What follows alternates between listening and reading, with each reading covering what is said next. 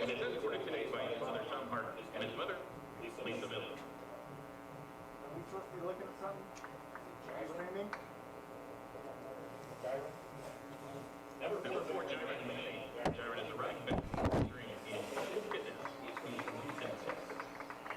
And is escorted today by his coach, Ray McCollum, and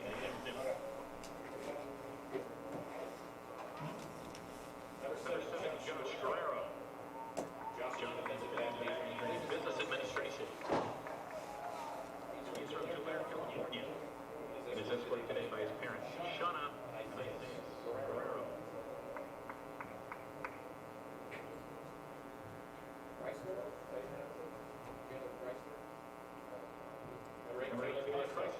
Taylor is a linebacker majoring in sportsman and minoring in marketing. He's from Blue Springs, Missouri. Is escorted by his parents, Terry and Leslie. Number 14, Pablo Ferreira.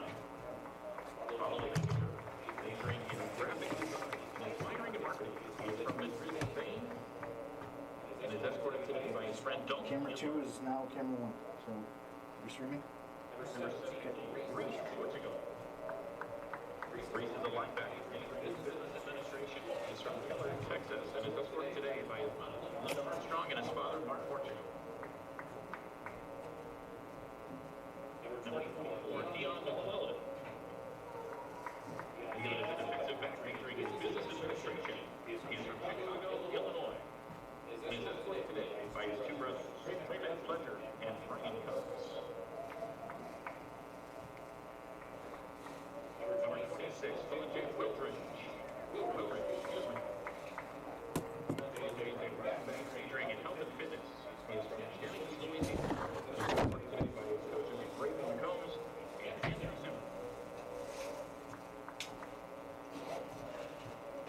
Number 34, Jackson Burke.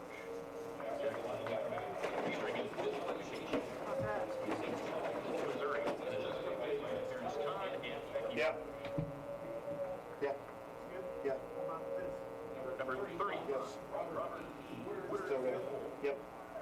Robert is a linebacker. He's from Texas. Still fine. Yep. Robert and Diana Woodard. You want to move it back and move the camera? Number 48. We're still good. Okay. Yep. This is a safety majoring in sports management and minoring in marketing. He is Mitchell, South Dakota.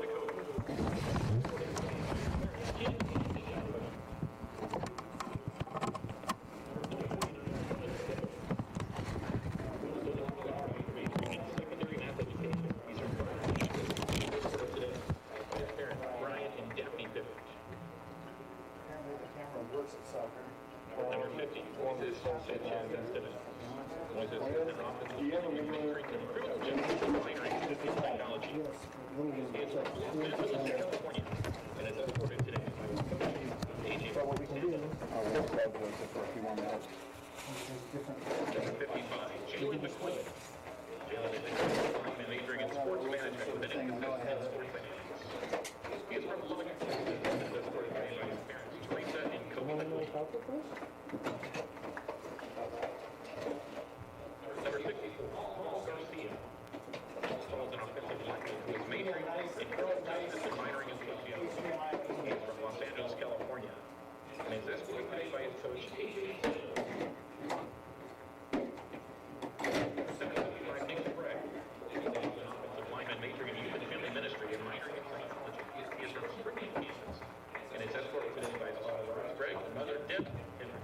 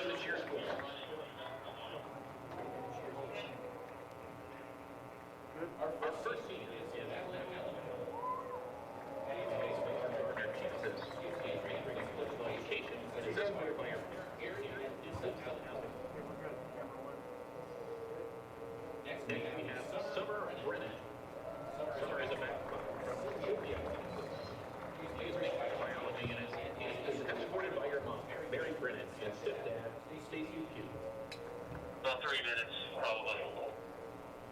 3 to 5. Gardner, Kansas. She is a major and son. Next we have Alex DeJesus. St. Louis, Missouri. Is escorted by teammate Anaya Dunn and cheer coach. Next we have Alicia is a flyer from Baxter. Is this all power? She's majoring in accounting and business administration. Today she is escorted by her parents. Yes, on desktop. Either Rick or Fields. Our last senior is Sarah Watson. Sarah is from Kansas City, Missouri. She is majoring in elementary education and is being escorted by her parents, Steve and Nancy Watson. Ladies and gentlemen, your 2020 year seniors.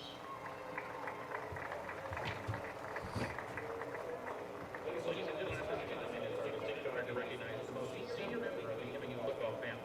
It is our privilege to honor assistant football coach Rick B. for his 43 years of service to the university.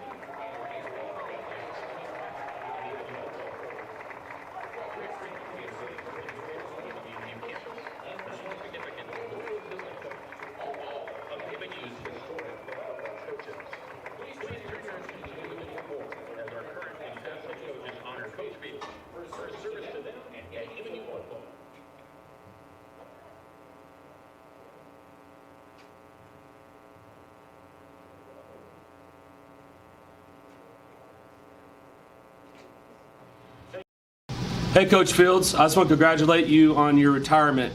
No one has meant more to Mid-America football than you, and you've seen this program over your years here go from a club team to a varsity team, and man, you've had such an impact on this program, the coaches, and the players in the university. And we just want to say thank you for your investment in our program. I know I've only got to work with you a short period of time, but I feel like I've got to know you for all these years. And thank you so much for what you've done for myself and the things you've taught me in just this 2020. I hope you and Priscilla have an awesome time in retirement, but also, come back around and don't be a stranger to our program, because our program is better with you around. We appreciate you, we love you, and God bless. Coach Fields, congrats on your upcoming retirement from MNU. I jotted a few things down here I wanted to say to you. Your lifetime commitment to MNU football and athletics is truly an amazing achievement. You've dedicated your entire life to MNU. It's quite an accomplishment. I'm honored to have crossed paths with you. You are a blessing to me in so many ways that you'll never know. I will always appreciate your positive approach to every situation. Your dedication and commitment to all the student athletes you served is truly a lesson for all coaches and administrators. I appreciate you, Coach, and I'm proud to call you my friend. I wish you continued success in all that you are and all that you do, and I just want to say from the bottom of my heart, thank you. Oh yeah, there's one more thing, Coach Fields. In 2003, that field goal was wide right. I'm positive. I knew you would get a kick out of that. Go Pioneers. Coach Fields, congratulations on your retirement. You are a fixture of MNU football. From your time there as a player to all your time as a coach, I just think of the 4 years that I was able to spend with you, and just so grateful for that, and just to watch the impact that you've had over all those years just on these young men, and the seeds that you've planted and the lives that have been impacted, not only for the kingdom, but also for just these guys and just their family lives. And so thank you for that. Thank you for just that funny sense of humor. Thank you for always being that solid, consistent man that was there, supportive.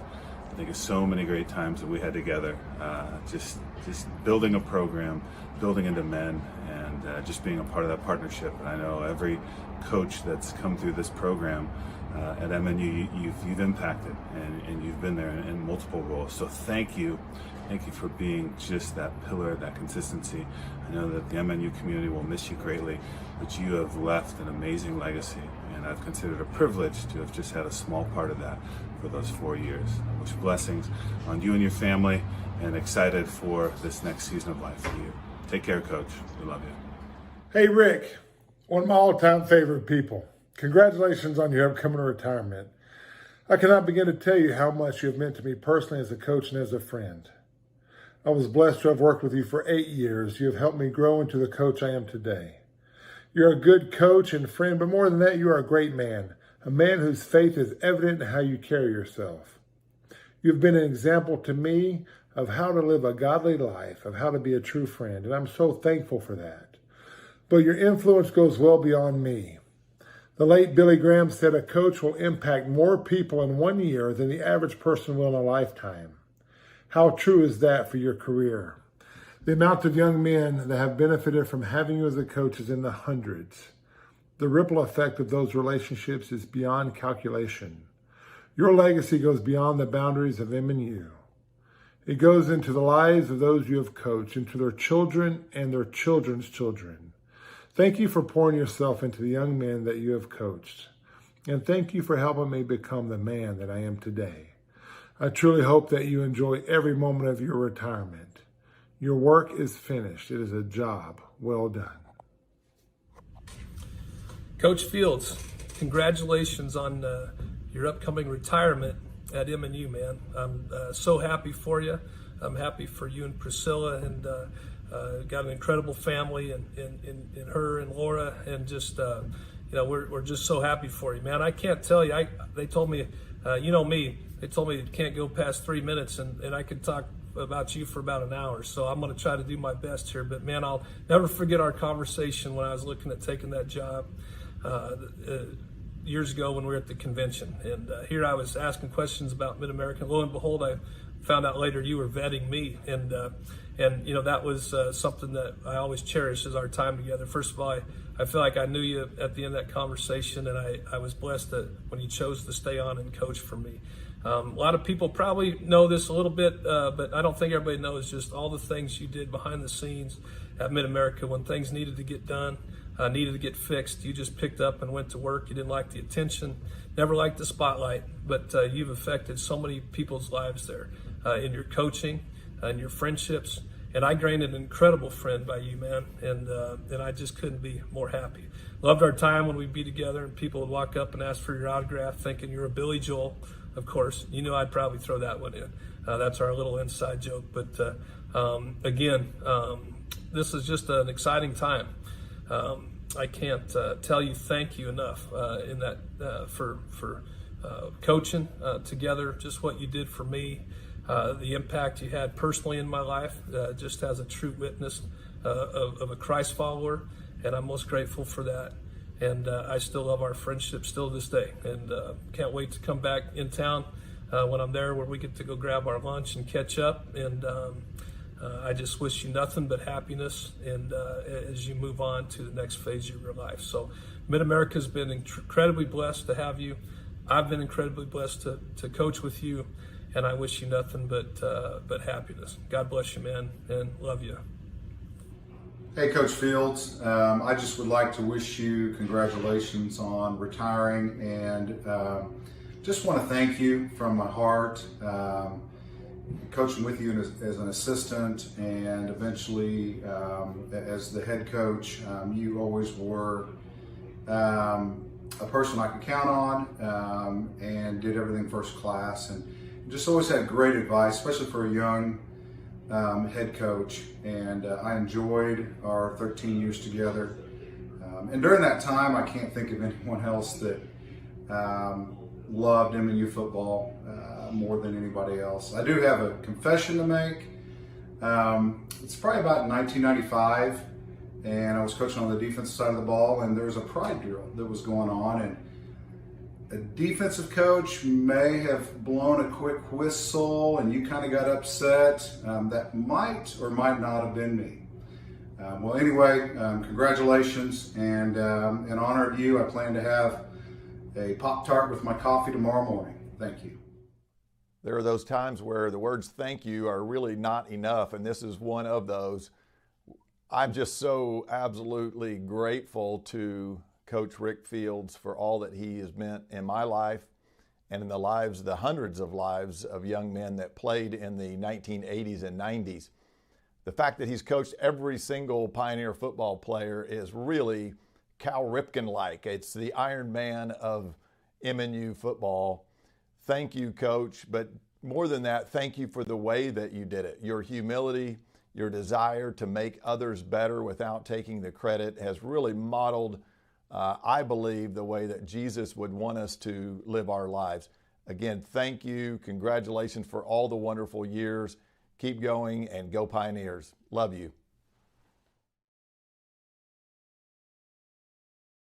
Everybody with Joseph, producing and engineering back in the Care Radio Sports Studios.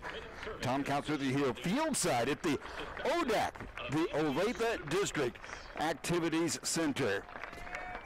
Game start today, maybe a minute or two later than you might have originally anticipated, because for the Pioneers, it's senior day.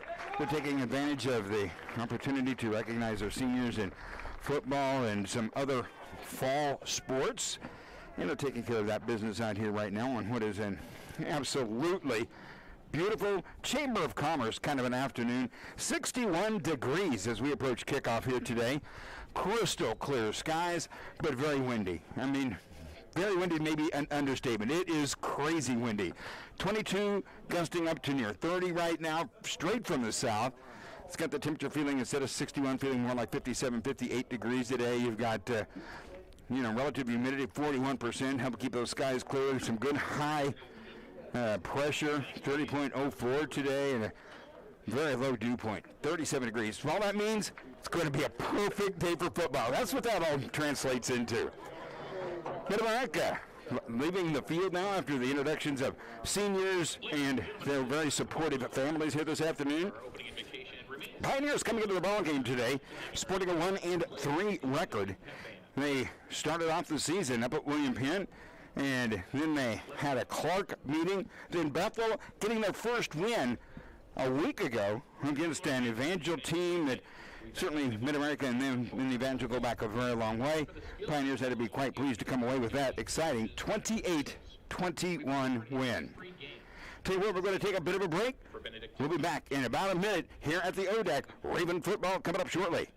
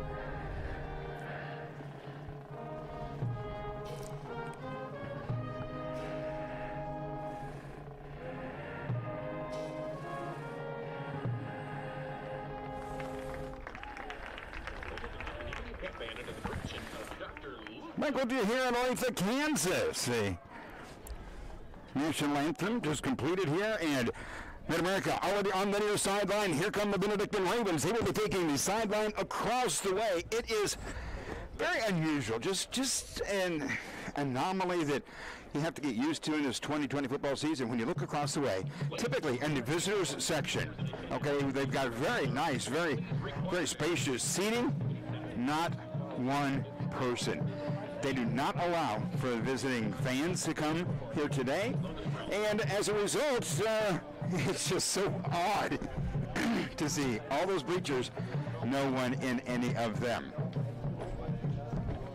Kickoff should have been gone away here a short time ago, so we should be getting it underway very shortly. The team captains are out of the center of the field for the flip of the coin. This game is about ready to get underway. The coin hits the ground, and looks like Mid-America perhaps has won. And with this really strong wind, it's going to be interesting to see what these teams are like to do. And Benedictine almost is a big proponent of the win. They flip, won by Mid-America. The Pioneers have elected to take the football and Benedictine captain Brian Castro says, we want the wind in the first quarter. Not what we typically see out of Benedictine. We usually see they want the wind in the second and fourth quarters, but they're going to take it here in this first quarter this afternoon. So the Ravens are going to be bringing the kick unit out on the field here very, very shortly. BC and my favorite uniform with the white jerseys, red pants, black helmets, red and black lettering and trim for Mid-America. It is a very, I'm going to go with Rutgers-like, bright red, crimson if you will, jersey and pants, white lettering and trim with that Mid-America silver helmet with the logo emblazoned on both sides. Officiating crew bringing it out, and the kick return unit for Mid-America coming out on the field for BC. The ball is going to be kicked off this afternoon by freshman kicker Cullen Bruner. Cullen is 5'11", 170 pounds out of Marceline, Missouri. And Mid-America will send a duo of return men back deep, and they are going to be settling in around the 10-yard line. You've got Willridge and St. Louis back for the returns for the Pioneers. Benedictine actually going to be putting a finger on the ball to hold it on the tee. The advance, the kick, and we're underway. High end over end. Wind aided. It will land 9 yards deep. Carry him out the back of the end zone on one hop, and it will be Mid-America football to begin things here this afternoon. Just everybody here in Olathe. We talk about the weather. Temperature, fantastic. Field conditions, of course, very, very good here at the Activity Center, but the wind, it is going to be a factor in this one here this afternoon. Mid-America coming out of the football, and this club is going to be run by 6'1" sophomore quarterback Blake Atkins. He'll have a man in motion to the right side, a single man behind him. Now the motion man will reverse. Handoff is going to go to the running back. He'll hit into the left side of the line to pick up 2. Quick hitter into the middle by Jaron Manning. Manning out of Houston, Texas, 5'9" senior. Last year against Benedictine, Manning 13 carries and 53 yards. He'll pick up a couple there very quickly without a huddle. Mid-America's back up over the football. It'll bring up a second down, 8 at their own 27-yard line. Quarterback is going to bring Manning up, and he'll drop back to throw. Pass over into the right flat. Receiver wide open. It's going to be caught at the 33, and there's going to be no further advance of the football. Quickly wrapped up and tackled over there for Benedictine. That's going to be Keon Bulware for BC. Keon Bulware, who has had such a great season for the Ravens, is going to stop Mid-America a yard short. Pioneers looking quickly at a third down 1, and again, with no huddle, they're up over the football. Quarterback Atkins will move Manning a little further to the right. Hand off Manning. He's going to be hit in the middle of the line, and with an excellent second effort, we'll get to the 36-yard line. He'll pick up a 1st and 10.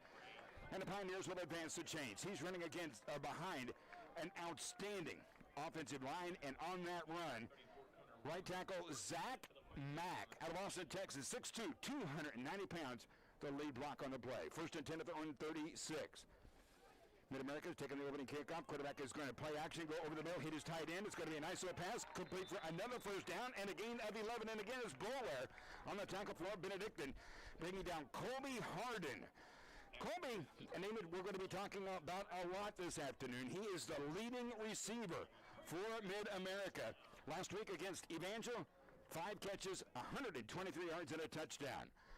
1st and 10, Mid-America, looking left, throwing left, got a man way upstairs, makes a one-hand catch, ranks across the field, down to the 40-yard line of Benedictine, and it is another Pioneer 1st and 10 on a catch by Caleb Tannis.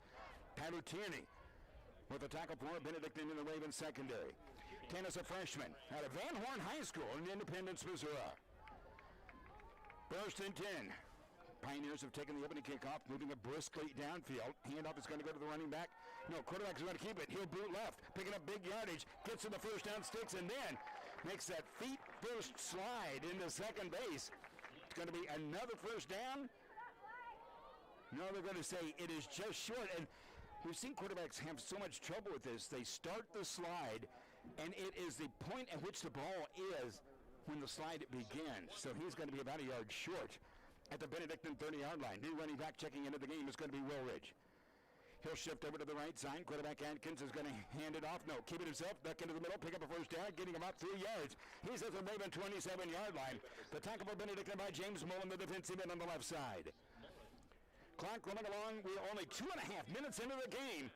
And the Pioneers, without a huddle, have taken this football downfield.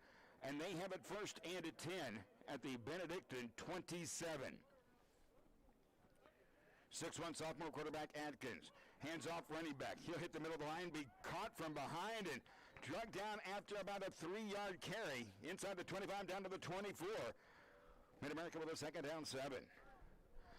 Pioneers are clipping them off fast. I mean, they are just quickly reloading, getting back to the line of scrimmage, running another play. And for Mid-America right now, speed seems to be what they would like to show. Motion will come to the right side. Quarterback again. That ISO pass over the middle. It's going to be caught inside the 20 on a slant into the middle of the field. Caleb Batanis with the catch and another Mid-America first down. The tackle from Benedictine over the middle is going to be by maybe Josh Morris. And the Pioneers moving the football briskly in their first possession of the game. Tight end Robert Menifee is going to go wide to the left side. They have 2 receivers to the right. Single man to the backfield remains Willridge. QB will throw left side all alone over there. Mid-America is going to be just short if they get in. Not in the end zone. It's 1st and goal, inches away. Again, a great pass over into the left flat, splitting a couple of those Raven cornerbacks who are not particularly tall. Malcolm at 5'7", Morris at 5'8", and it is 1st and goal from inches away. Mid-America threatening on their initial possession of the game. Quarterback Atkins takes it, turns, hands off, hits short, drop for a loss of a yard.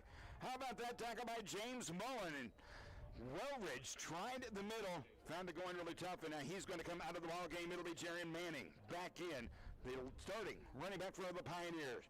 He'll check into the game on a 2nd down goal from the 2. Quarterback Atkins from the pistol formation, moves the running back, hands off, straight ahead run. Quarterback's going to be hit, spins. He is not going to get in his 3rd and goal from the 3. Right into the middle went quarterback Atkins. He fakes a handoff Manning, pulls it back, a little run option. And as he tried to take it into the left side, he's going to be hit, stacked up, dropped short. And the Benedictine defensive front, give Eli Lilly credit for that stop. It is now 3rd and goal at the 3 for Mid-America. Quarterback will flare it. Left side, fade pattern. It's caught. Is he in the end zone? Touchdown, Mid-America. The pass into the left side. Protest by the Raven defensive back, but Mid-America is on the board. Pioneers with the pass from Blake Atkins to Caleb Tanis from 3 yards out with a point after coming. And again, Josh Morris is very upset on the far side, but that won't matter. Here comes the PAT. It's Pablo Pereira. Looking for the point after. Right foot soccer style kicker. It is down and up, and he pushed it through the wind and got it in there, and we've got a timeout. With 10 minutes and 18 seconds to go in the opening quarter. Mid-America 7. Benedictine coming up.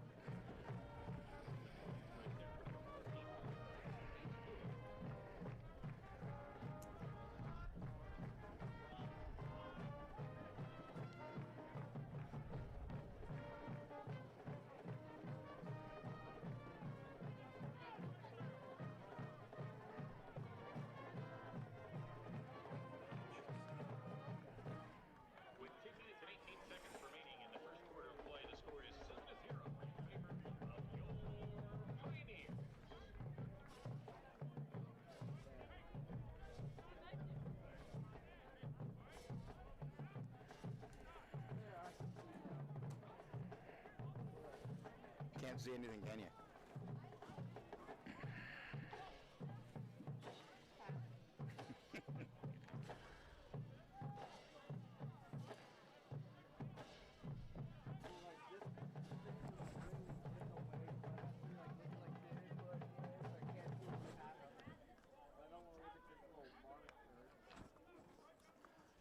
Well, Mid-America won the flip of the coin to start the game. They elected to take the football, took advantage of that first possession, and drove this all the way down the field and lead 7-0. Benedictine with its return men standing at their own 10-yard line. We'll see how the wind affects Pablo's kickoff, and there it is. It is high end over end. The wind has got it, pushing it straight down, and up man races up. It's loose on the ground, and Mid-America looking for it. I think they've taken it away.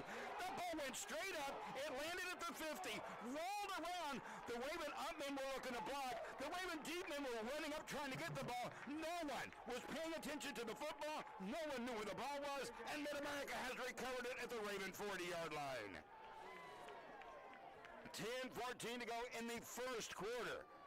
And now the officials are having a big powwow here on the near sideline. Pioneers running their offense out on the field. Well, I think they're trying to suggest or select a spot. And again, the wind, fierce. That ball went up and then went straight to the ground. And the Ravens had no idea. The front line blocking on the return had no idea the ball was literally a couple of feet behind them.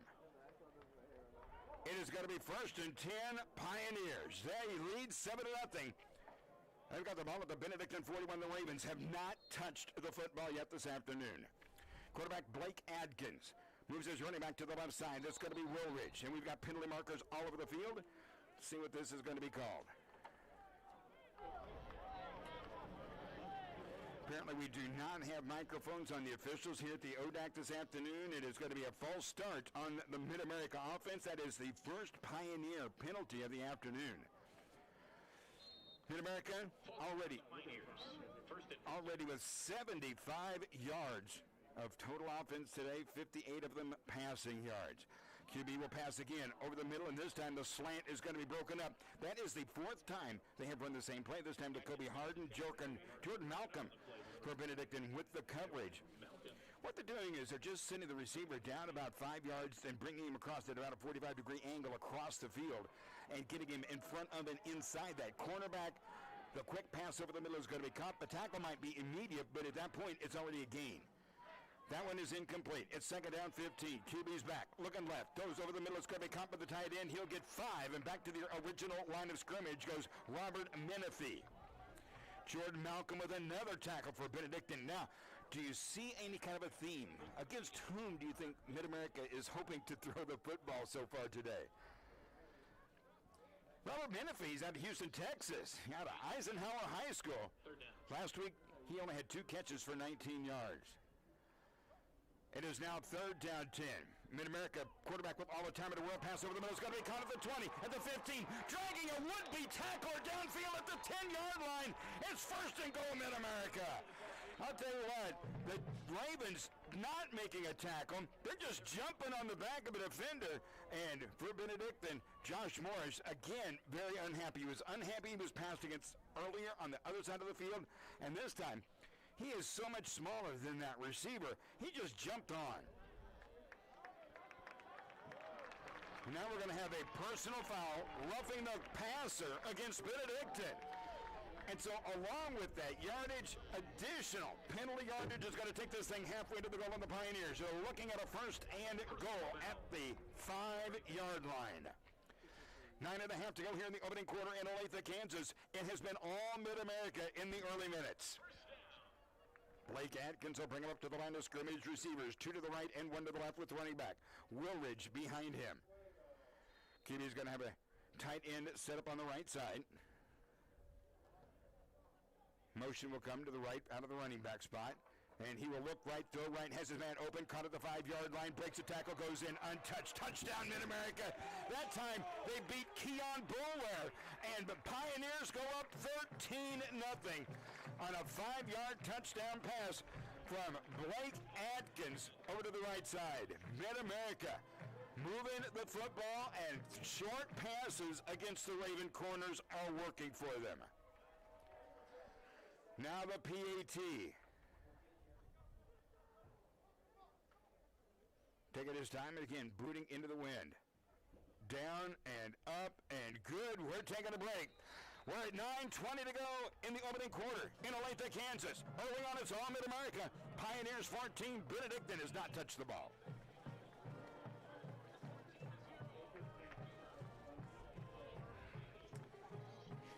I don't like like all the crying that they wonder what I was doing.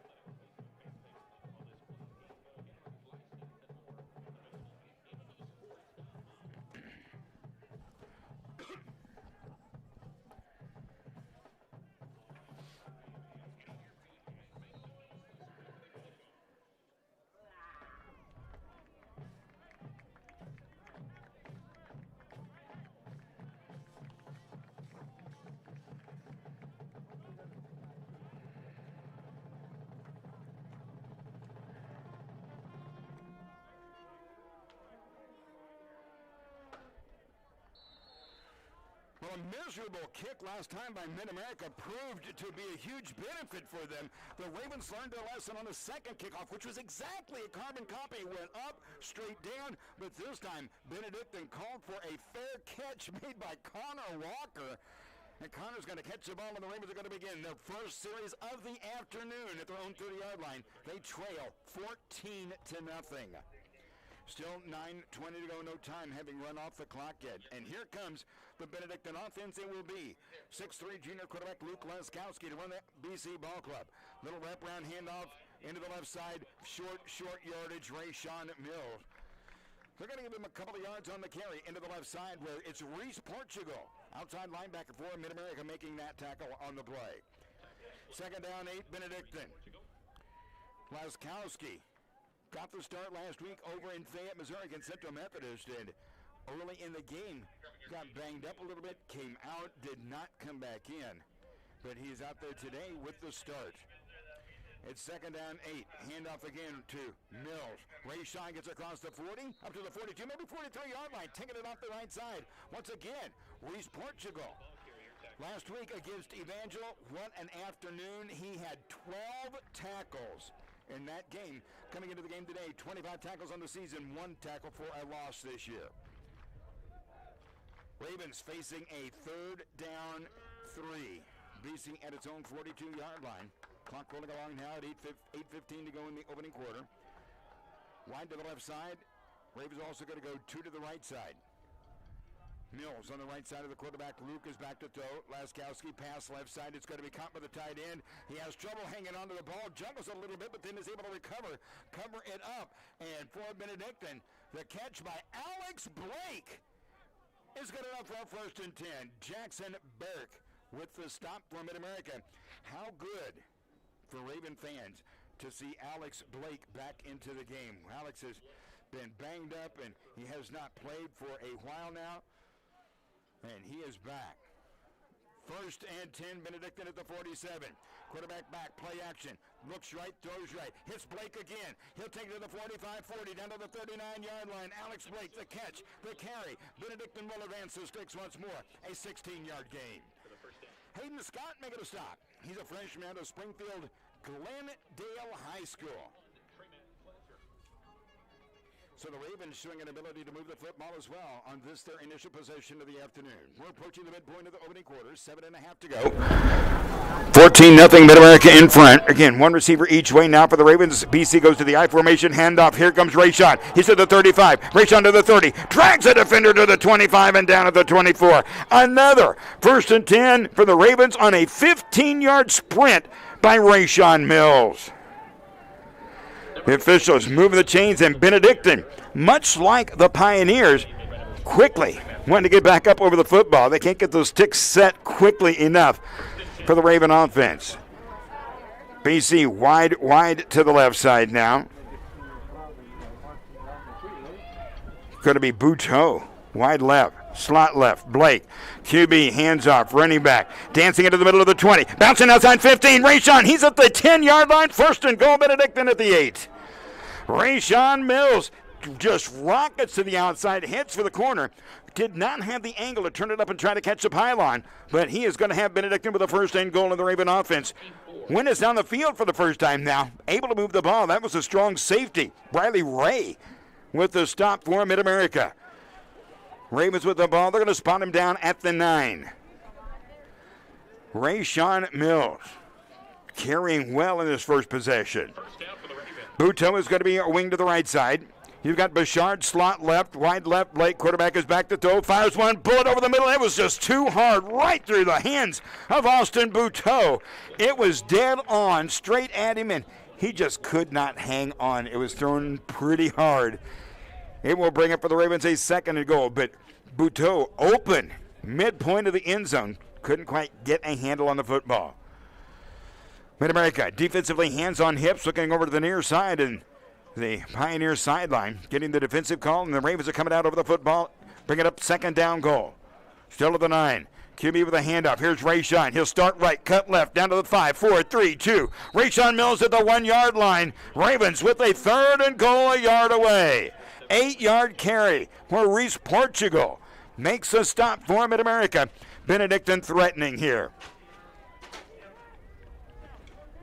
Pioneer defense a little confused. You see the players out there, arms thrown up in the air, hands outstretched to the sky, as if they're inquiring, what do you want us to be running? What are we supposed to be doing? And you're seeing that from multiple players, but yet they take no defensive timeout. Quarterback turns, hands off. Here's Rayshawn. He is hit. He is stopped. He is not getting into the end zone. The offensive line getting behind him, the defense in front of him, but Rayshawn Mills is not going into the end zone. Now for the Ravens.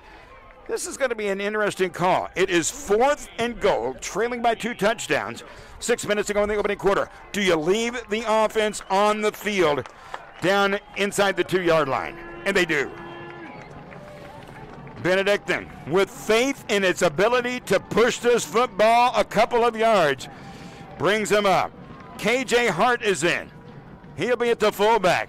Quarterback is back, looking to throw, the fade to Blake. He dropped it.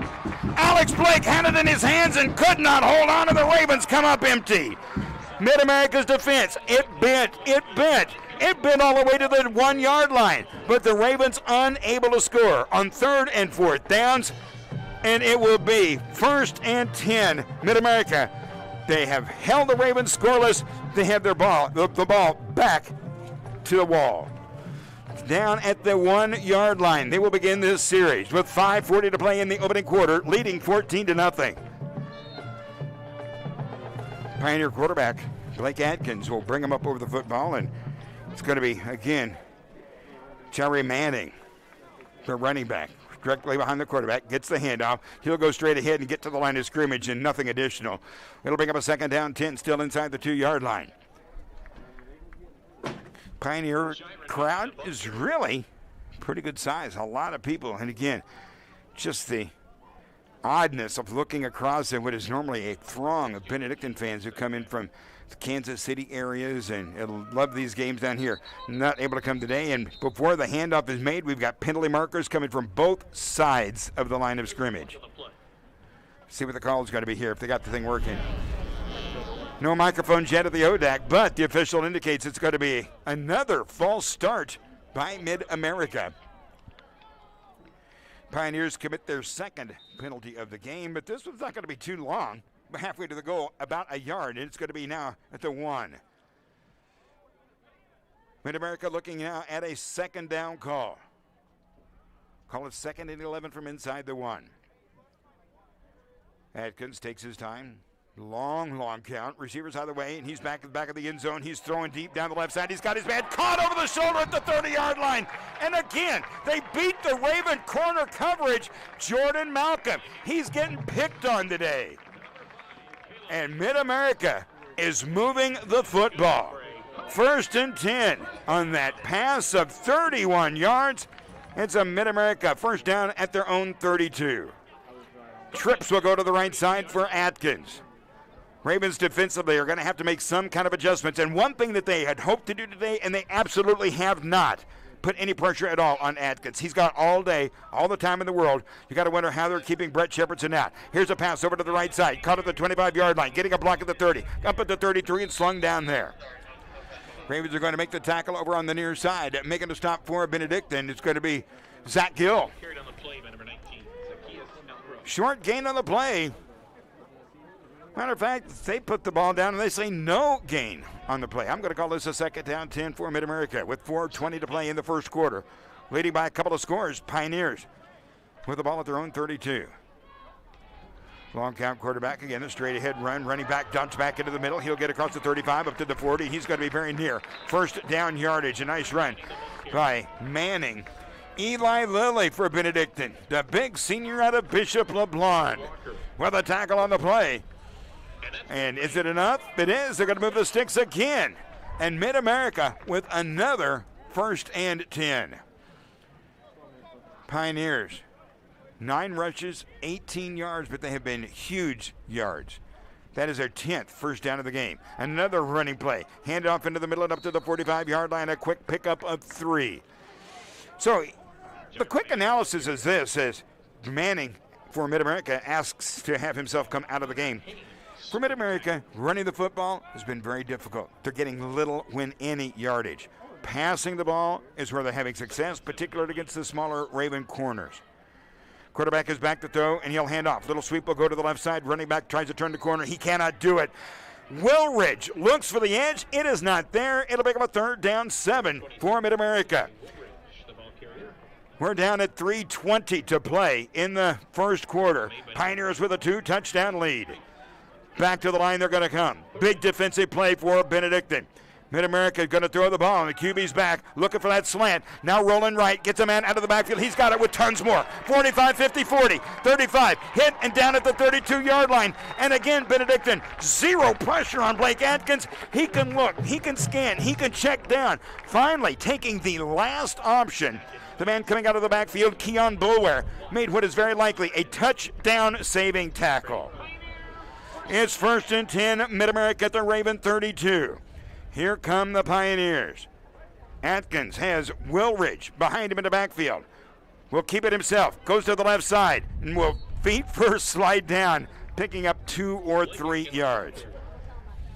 Blake Atkins is smart enough not to take the hit from some of those big Raven linemen over there. The gain is going to be spotted at the 30. That is a 2-yard pickup. And with 2.5 to go in a rapidly moving opening quarter, Mid-America has a 2nd down 8 at the Raven 30. Trips will go to the left side, a single receiver to the right. Man in motion, quarterback will back to throw. This time he's hit. The ball pops up in the air. It's rolling around. It's loose. And Ravens are going to pick it up. And can they advance it? They're going to say no. BC is going to take this to the other end of the field. And did the official call this an incomplete pass? That's what they're going to call. I was not so sure that was not a lateral. Quarterback hit, arm going forward, the ball straight up in the air.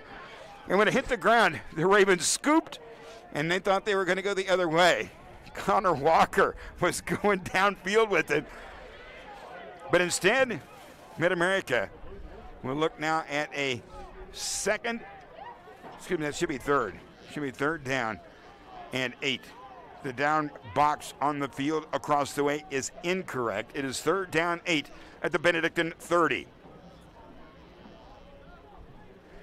Wide to the left side is going to be Tanis for Mid-America with trips to the right side. The official's taking a world of time here. Apparently there is considerable confusion, and the referee and 2 other officials are back behind the 50-yard line, and they're having a big powwow. I'm not sure that was not a lateral.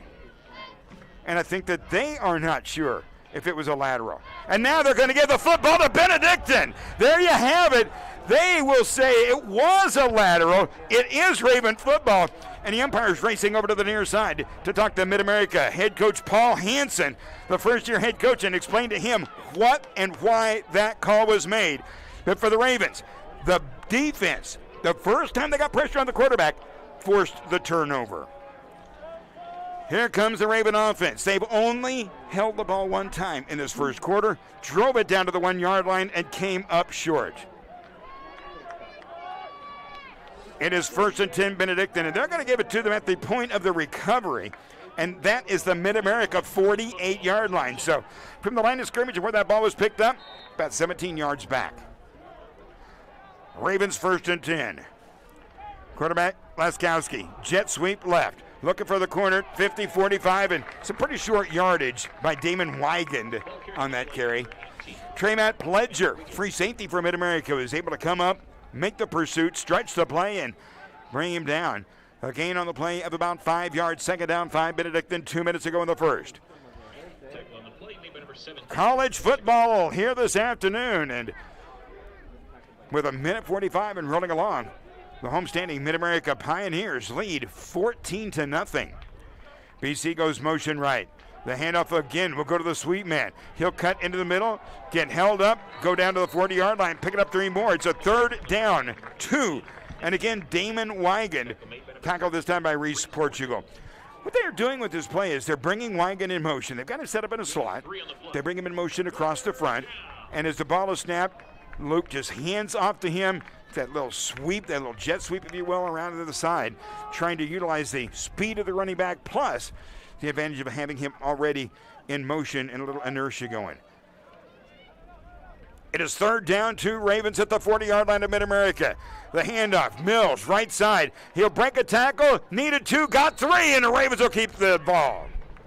Benedictine will advance the sticks. It's going to be 1st and 10. Benedictine. Now the officials not moving it forward. Yeah, now they're going to look across the way and say it is a 1st down and advance the chains. In the last minute, this clock has never stopped through all of this indecision, by the way. We're in the last minute now, the opening quarter. Pioneers in front, 14-0. Benedictine with its 2nd possession of the game. Going to go wide to the left side with Austin Buteau. 2 receivers wide to the right side. Handoff is going to go to Rayshawn. He'll bounce outside. He's got room at the 35. Rayshawn Mills at the 30, 25. Rayshawn at the 20. Cuts down the left side to the 15-yard line. Bumped out of bounds along the near side by Trematt Pledger. And it's going to be 1st and 10 Ravens at the 14-yard line. So Benedictine moving the ball, and Rayshawn Mills having a very nice day running. Last week he had his first 100-yard rushing day. 33 carries for 102 and a touchdown over at Central Methodist. He comes into the game today with 92 carries on the season, 359 and 3 touchdowns on the year. Buteau wide right, Blake slot right. Wide left for Benedictine is Oreese Robinson. Quarterback is back to throw. Looking left. Once Robinson hits him at the line of scrimmage, he'll fall forward to the 11. About a 3-yard gain for Benedictine on that play. And Luke Laskowski wanted Robinson, wanted no one else. Jackson Malone saw to it after the catch that there was no further advance. And that is going to do it here in the opening quarter. We've got a timeout of the field. We're in Olathe, Kansas, and after 1, it's Mid-America Nazarene 14, Benedictine nothing.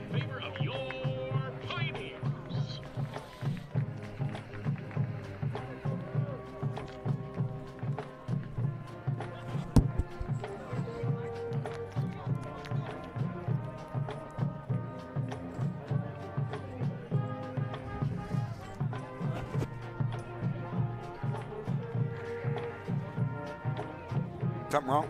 No, just funny. Huh? Just funny. Oh. I just feel struggling today. Huh? Yeah. A purposeful life is the inspiration and foundation of MNU. It's more than getting a better job. It's becoming a better person. The Christ-centered, student-centered culture at MNU will leave you transformed. Our professional and graduate degree programs will challenge and inspire you to become the person you always knew you were meant to be. Learn, grow, and earn your degree at MNU, a school that shares your values and your passion. MNU, purposefully different. In the Olathe District Activity Center, Olathe, Kansas, Benedictine trails Mid-America by 2 scores, 14-0, but the Ravens are threatening it. Tell you what, in spite of no points, how about the rushing game of Benedictine? And particularly, how about the rushing game of Rayshawn Mills? Rayshawn in the first quarter, okay, you gotta put this in perspective. 8 carries, 70 yards. He's averaging just under 9 yards a touch. He is having a huge day today. And yet Benedictine on 4th down and inches did not give him the ball at the goal line. So a little surprising, and yet Ravens are going to get a chance here to make something happen. Now the officials stopping play. they're talking to the crew over there, the guys with the down box, the guys with the yard marking sticks, and they're having a very long, heartfelt conversation with them, and I'm really not sure just what's going on. Now they're going to take them away. They're taking the down markers and the yard markers from the far side, which is the Benedictine sideline, and is he gonna set them up on the near sideline? He sure is. Now, that makes absolutely no sense, and the referee is talking now again to Mid-America and the Pioneer coaching staff and head coach Hansen, and they're now going to be pretty much useless. They are absolutely impossible for the only crowd in the stadium is on this side. They're going to have to look through the Mid-America players to try to get a visual on the down markers, and that's just something that will not be able to happen. Most unusual. I'm sure they've got an explanation for it. I'd be curious. We're about ready to go, or at least I thought we were some time ago, with the second quarter for Benedictine, whose offense was moving the football and getting themselves a little bit of momentum and maybe finding some rhythm in the offense. Now all of this is doing nothing but taking all of that away. And this officiating crew is just painfully slow. Again, I think that there's a great deal of confusion out there. I'm sure, obviously, they're confused if they didn't like where the down markers were. They wanted them on the other side of the field, and they didn't take care of that before the contest. Bad game management. 1st and 10. Here comes Benedictine at the 11-yard line, deep in Mid-America territory. Looking for the first play of the second quarter. With a stack at the back, quarterback is going to be back. Hands off. Rayshon goes left side. Needing blocks, doesn't get him. The Mid-America defense stands him up, stacks him up. There'll be no gain on the play. Nice job by Mid-America, really anticipating where this run was going to go. And for the Pioneers, the shirts that roll up obliterate the numbers. Impossible to see who that play was made by, but he's wearing a white T-shirt. That's about all I can tell you. 14 and a half to go in the opening half. BC looking at a second down, 10 at the 11. Quarterback stops. Now the official's stopping play, and he's pointing off the field, and now he wants the game clock reset, the play clock reset. And the Ravens are going to hand off to Rayshon. He'll go left side. He gets inside the 10, down to the 8, maybe the 7-yard line. Again, Benedictine running quick hitter into the left side. For BC, they've also become rather a creature of habit because we've seen them run pretty much exclusively into the left side of the line here today. And now for the Ravens, it is going to bring up a 4th down, and into this gale force wind, Benedictine will bring its kicking unit. Now this is interesting, Raven fans. The ball is going to be held by Ethan Bouchard, or no. Who's the ball going to be held by? Is that Bouchard? No, it's not going to be him. It's going to be maybe Witherow. The kick coming off the toe of Heinrich. It'll be a 26-yard field goal that is high enough, it is long enough, it fails. And Benedictine, who has been inside the 5 and inside the 10 on 2 different occasions and still has failed to put a point on the board. The Mid-America defense holds in at 13:28 to go in the opening half. Mid-America will come out with its offense, leading 14-0. The Raven offense has struggled this afternoon. They put some yards up again. You've got Mills, 10 carries down, 72 yards. So he's lost a little yardage. Wigan with only 3 yards, but BC has rushed for 75 yards. Mid-America has rushed today for 10. Pioneers handoff into the backfield, running around the right side of the 20, putting his head down, getting to the 25-yard line. It's going to be running back Aaron Manning. Manning, the little 5'9" senior out of Houston, Texas. He just got to the corner, put his head down like a battering ram, went straight ahead, picking up about 5 yards. We'll spot him down to the 25-yard line where Keon Bulware for the Ravens makes the initial hit. And now the officials come to the near side. They're going to make an exchange of the football, and again, just brutally slow at administering this game. It is second down, 5, Mid-America at the 25-yard line. Motion will come to the right, very, very deep. QB takes a snap, hands off right side into the middle, jumping into the middle, and Wilridge finds absolutely no daylight. It is 3rd and 5.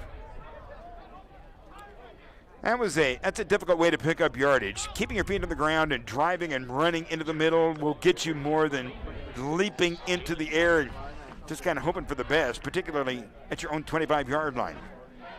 It is now a 3rd down 5. Quarterback's back. It's his ISO pass. Again, it's complete. And they break away from the first would-be defender, getting a ball up to the 35, 36-yard line. 1st and 10, Mid-America. The Pioneers go back to the well time and time again. And again, Keon Bulware had to come over to make the tackle on the play. The broken tackle out of the hands of cornerback Joel Mewis. And here comes Mid-America. When the Pioneers need yardage, they go to that slant pass and they pick it up. Here's a handoff into the middle of the line. It'll cross the 40, getting about 5 yards in a straight ahead run. Ball carrier that time was Manning, and he brings himself out of the game. And I don't know if they're going to take a little bit of a look at him or not. He took a pretty hard hit, and now he's come all the way out of the track, head kind of down, and he's just trying to walk this off. 2nd down, they're going to give him 6. 2nd down 4, Pioneers.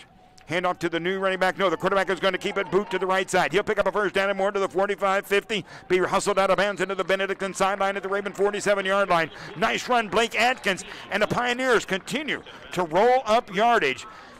Total passing yards for Mid-America, 164 to Benedictine's 27. And the slant pass has been so good that Atkins is 12 of 13 throwing the football for that 164 yards. It's 1st and 10 at the Raven. 42-yard line. Quarterback is going to hand off to the running back, and he'll hit the middle, and there will be little, if any, to be picked up there, maybe one. Number 26. So the Raven rush defense has been great.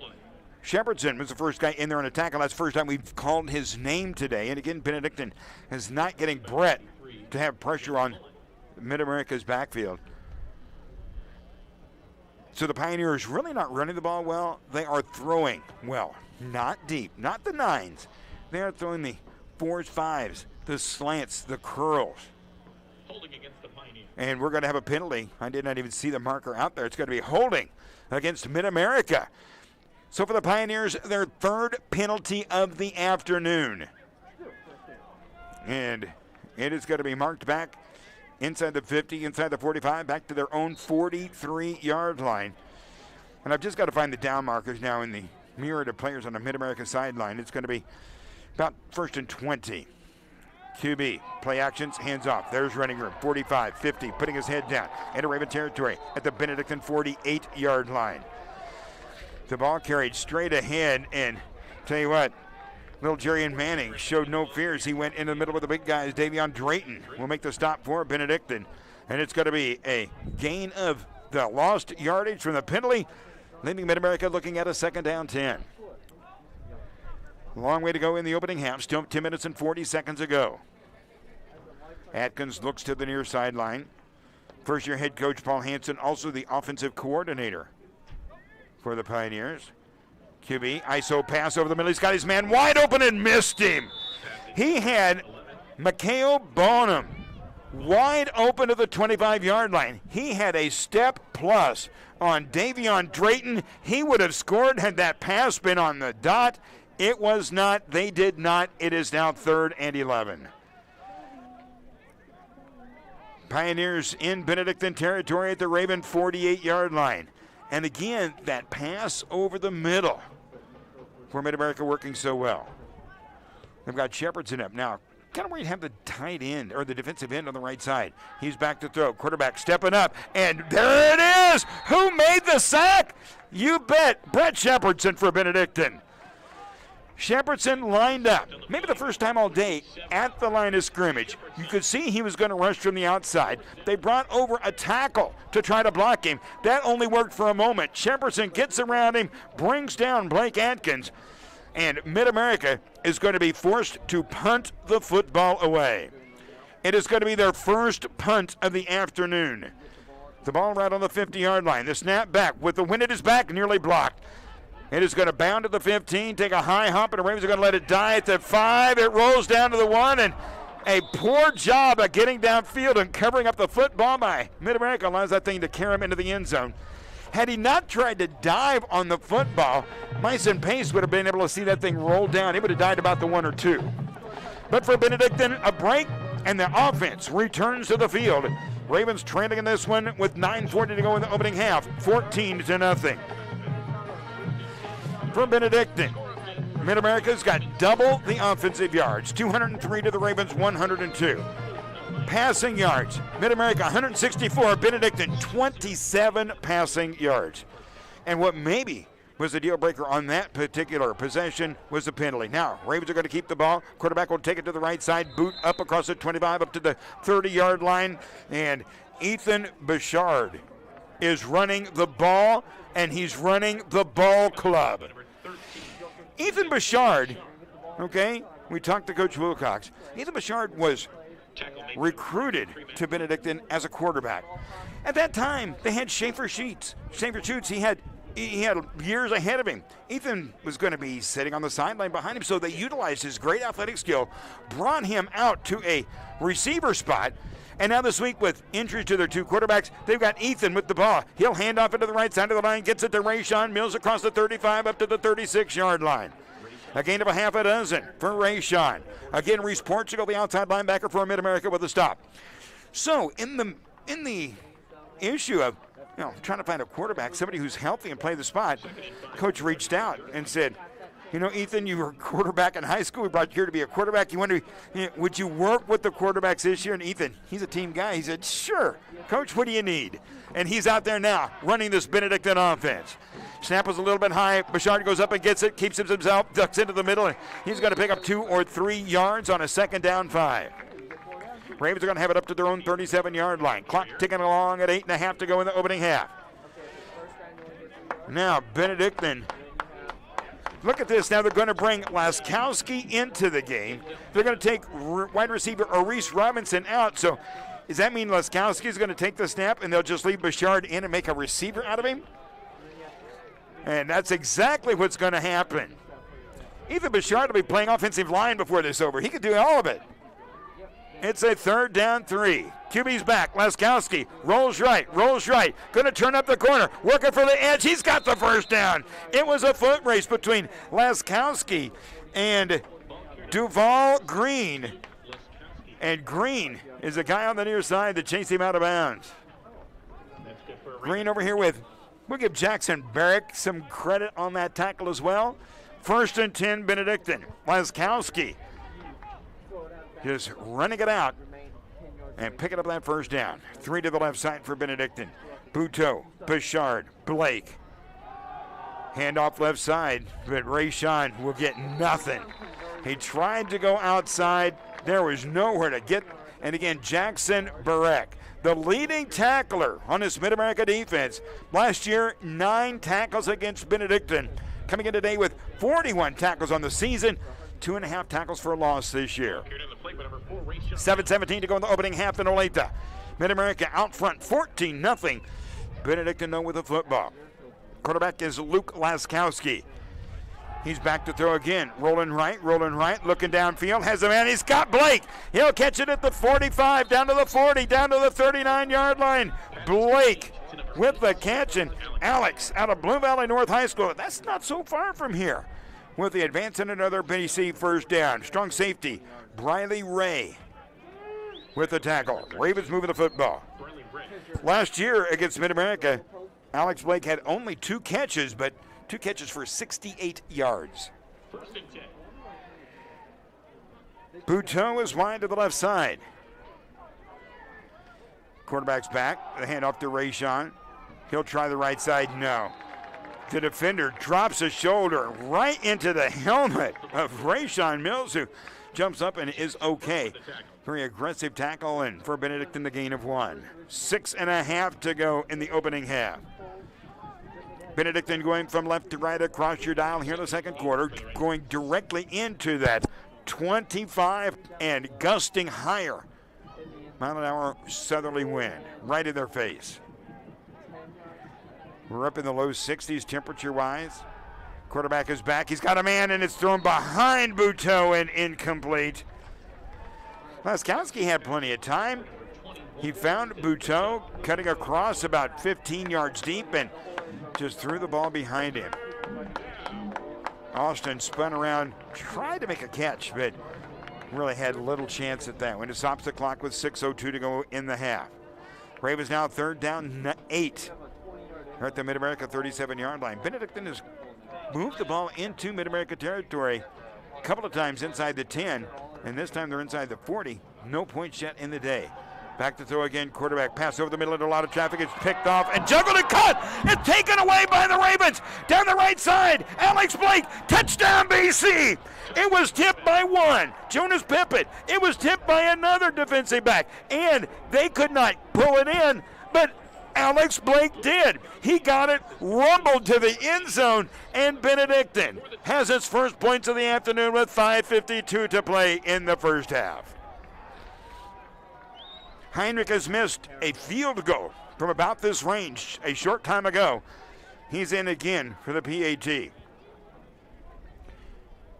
The down, the kick, and did he miss it again? No, it got inside the left upright somehow, and we got a timeout of the field. Crazy play. Ravens are on the board. It's 5:52 to go in the opening half in Olathe. Mid-America 14, Benedictine 7.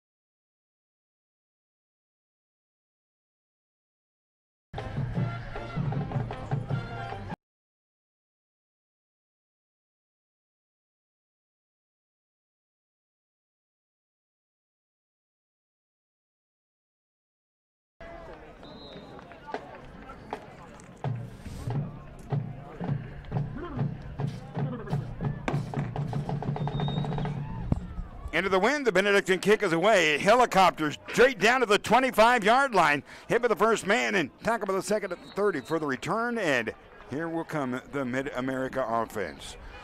Pioneers are going to begin this series in good field position. First and 10 at their own 30, leading at 14-7.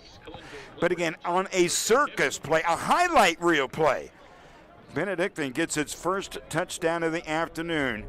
A ball that should have been picked off once and then should have been picked off by the second guy who took it. Neither one held on, and it was Alex Blake taking it and going into the end zone. Here comes the Pioneer offense and quarterback Blake Atkins. Single man behind him, Manning. Now he pulls up beside the quarterback, stays in the block. Quarterback lots of time, all the time. Now the ball is going to be thrown into the left flat. It is way short of Caleb Tannison, incomplete at the 32. It was going to be a pass with a very minimal gain into the left flat. So clock stops at 5:37 to go in the first half. Mid-America looks at a 2nd down 10. Blake Adkins, a 6'1" sophomore quarterback. Last week, 391 yards passing. Here's a little jet sweep to the right side. Hit at the line of scrimmage. Nothing doing. No corner, no edge, nowhere to turn upfield. And Kobe Harden was lit up for no gain on the play. Give Connor Walker the hit, the tackle, little help from Tyler Tierney. Now Benedictine is going to make an adjustment on the 3rd down long. Going to take out a D lineman in Eli Lilly. Going to bring in an additional player in the defensive secondary. From their own 30-yard line, Mid-America, 3rd down 10. Quarterback again, back. He's going to be chased down to the pocket. Throws on the run. The ball's going to be batted away. It is incomplete, and the Ravens hold.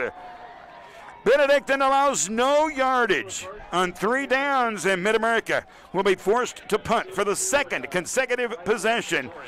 And again, they're going to have the wind at the back. The last time, the kick went into the end zone. Let's see what this one is going to do here. 5 minutes ago in the first half.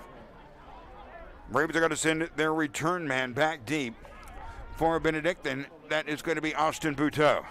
He'll be at his own 25-yard line. Phil White, the punter for Mid-America from his own 20. Perfect snap. The kick is away. It's a nice one. Bouteau will let it bounce at the 15, 10, 5, and with one big hop, goes about 5 yards into the end zone, and Benedictine will have the ball back 1st and 10. So for the Ravens, an opportunity to tie this game before it goes to the locker room. They got 4:51 left before intermission. It's going to be interesting to see who comes off the far sideline, who is running this Raven ball club. And as he gets out there, I still could not quite see which one was it. I think I'm looking out there to see who my quarterback is. It is going to be Ethan Bouchard running the ball club for Benedictine. Bouchard in the backfield to run the team. Rayshawn Mills is running back on his right hand. Motion will come to the near side. Hand up on the jet sweep. Sweeping to the near side. Looking to get outside. Hit at the line of scrimmage. Turning it up to the 25 and bumped out of bounds right there. The play went the width of the field and some short yardage there for Damon Wigand. He'll pick up 5. Clock stops at the out of bounds at 4:43. Jason Barrick, again, that middle linebacker, that leading tackler for the Mid-America defense with another stop. Ravens have now rushed for over 100 yards in the game.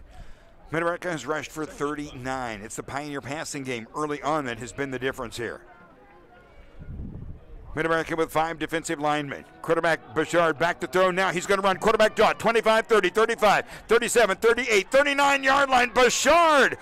That was, I think, I'm not sure, but I believe that was a designed quarterback draw.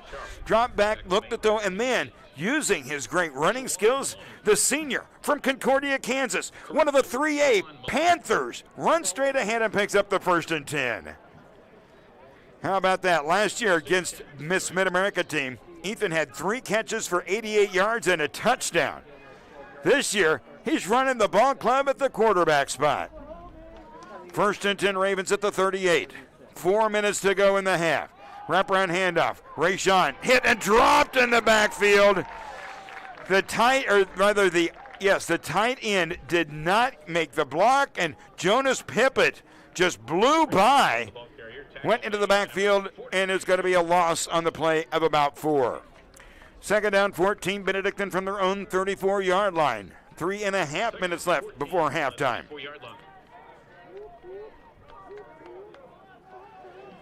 Benedictine wide to the left side, Bouteau.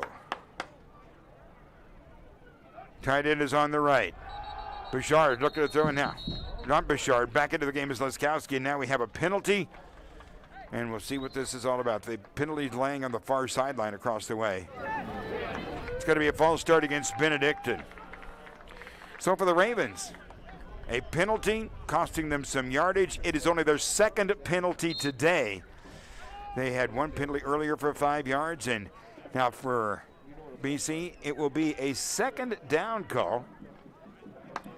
2nd down at about, we'll wait for them to try to pick a spot. 2nd down, and let's make it 18-19, just inside their own 30. Quarterback is Laskowski, looks over the middle, and behind Alex Blake, a badly thrown pass. Okay? Badly thrown pass over there. Breck. 3 minutes to go in the half. Clock stops with that incompletion for BC. It is not only 3rd down, it is 3rd down and really long. We're going to make it a 3rd down. Call it 19 yards to go. BC's got to get up to their own 43-yard line. Wide to the left side is going to be Blake. Wide to the left side. Wide to the right side is going to be Bouteau. Wraparound handoff. It's going to go to Rayshawn, and he'll get just a few up to the 35, and Benedictine is going to be forced to punt the football away. So for the Ravens, a couple of missed pass opportunities and a penalty, and the offense, again, unable to move the football. Mid-America's defense has done a nice job today, and those 2 early scores, one on the first possession of the day and one set up by Benedictine miscue. And so far, that has been enough to hold a lead for the Pioneers. Ravens set to punt it away. Matt Heinrich standing at his own 20-yard line. Mid-America back for the return. I think it's going to be, is that Wilridge back there maybe? The snap back is good. The punt is away. and it turns over. Wynn does not knock it down. Return man calls for a fair catch, and running backward, that's Kobe Harden. And where will they say he made the catch at the 25-yard line? That was a spectacular punt into the wind for Benedictine. Just over 2 minutes ago in the first half, Pioneers with the football, with a 14-7 lead. It'll be interesting to see what their mindset is. Do they come out here and say, man, I'm so happy to be in front, I just want to take this to the locker room? Do they say, I got the wind at my back, I really want to maybe push this downfield and see if I can add to my advantage? Let's see. Blake Adkins, hands off. They'll fake the reverse. The running back will get to the outside, a little stiff arm, and in. He steps out of bounds on the near side, and the Ravens are going to make a tackle on the near side, and now they're going to say a late hit also going out of bounds. Here's what I thought precipitated it. The running back, I thought, had stepped out of bounds back maybe 5 yards, and then danced back into the field of play, started to come downfield. The Ravens saw him then come up the hash marks, and as he got to the near side, a defender comes over and makes the hit after he had gotten out of play, and it is going to be a personal foul against Benedictine, their third penalty of the afternoon, and a big one, not only in yardage but also in momentum, and the official drops the ball as he's carrying it up the field. This crew struggling today. 2 minutes to go in the half.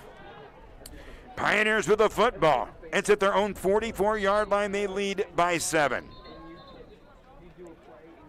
Now, a long look at the near side, and they decided that maybe they should move the down markers. That's a novel concept.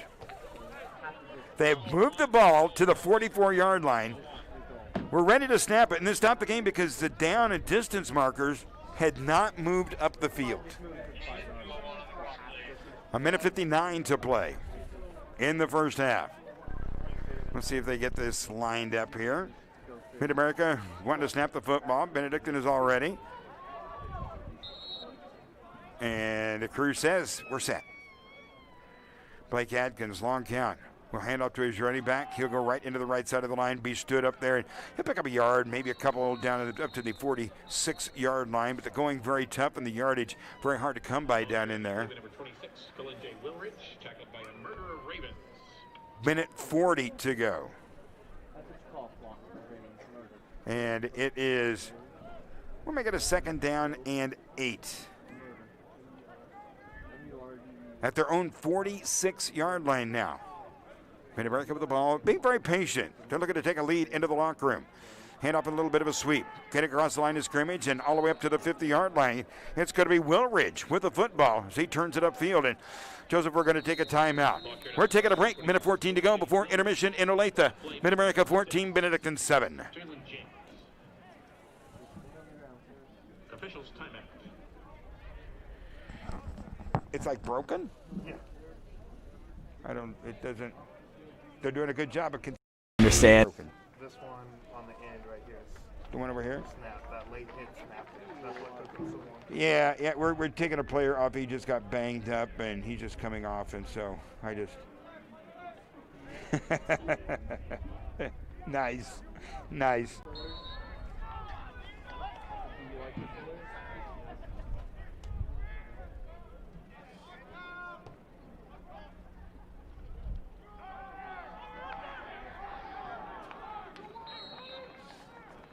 Ball carried on the play by number 26, J. Willridge.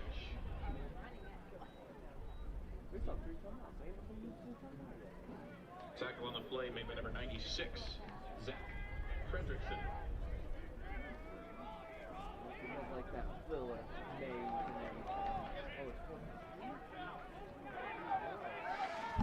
Well, as we get ready to come back, Mid-America, quick running play, a couple of yards, midfield, and now they are 4th down, 3, and it looks like they're going to go for it here at the 50-yard line. 20 seconds ago in the first half, and they let the clock run down to 17, and now they will bring the punting unit on. They'll take a timeout here, and we will hang on to it. Mid-America coming out of the blocks fast, getting a 14-0 lead on Benedictine before the Ravens had ever touched the football. They have not been able to add to that advantage, but Tell you what, they set the tone very, very early in the ball game by coming out with a very fast-paced, up-tempo offense, no huddle offense, and move the ball quite briskly downfield, utilizing predominantly passing and the slant pattern and working that play extremely well. So we're going to have the timeout taken by Mid-America, which will allow them to punt the line of scrimmage to Benedictine 49. 17 seconds left. The Ravens will get perhaps a return and a play. Ladies and gentlemen, just a reminder that Let's see who's going to be back for the return for BC. It's been Buteau. And it doesn't look like Coach is sending anybody back for the return. Now, here comes. Yeah, it's going to be Buteau coming in late, and he will run back at his own 15-yard line. Mid-America. Again, we mentioned new man kicking the ball. It's going to be Jason Barrick, leading tackler. This guy does everything, probably does the laundry when the game is over. I mean, he is like the guy on this team. And now we've got another timeout taken. This one is going to be taken by Benedictine before the ball is snapped. So we're going to stick around right here in Olathe. Give us an opportunity to preview. Let's see. Thursday night we had college women's basketball. Last night we had high school football, college football today. I think that to round this out and balance it all up, Monday we should do a college men's basketball game. Does that seem reasonable? I think so. From the Nolan Gymnasium, the Benedictine Ravens coming your way here on K Radio. 7 o'clock for the tip-off. Benedictine at home. Ravens are this weekend in Salina. They won last night in thrilling fashion, and they will be playing the host KW team at 7 o'clock this evening, and then back home in the Nolan on Monday night. We'll be there with you here on CARE. 17 seconds to go in first half. Mid-America now has its punting unit in. Buteau back for the return, and there's the kick away. It is high, and Buteau will again let it bound. It hits the 5, and on one hop covers a 15 yards from the 5-yard line to out of the back of the end zone. That thing just rocketed out, and the play took 7 seconds. 10 on the play clock. So with 10, and if the Ravens utilize their time well, they should be able to get 2 plays off, 2 passing plays. PC does, though, have, as does Mid-America, 2 timeouts remaining. But they're going to go to the victory formation. Benedictine not looking to play into the wind, not looking to make something happen, and we go to the locker room. It's halftime at Olathe. We'll be back to summarize the opening half for you at the break. Mid-America 14, Benedictine 7.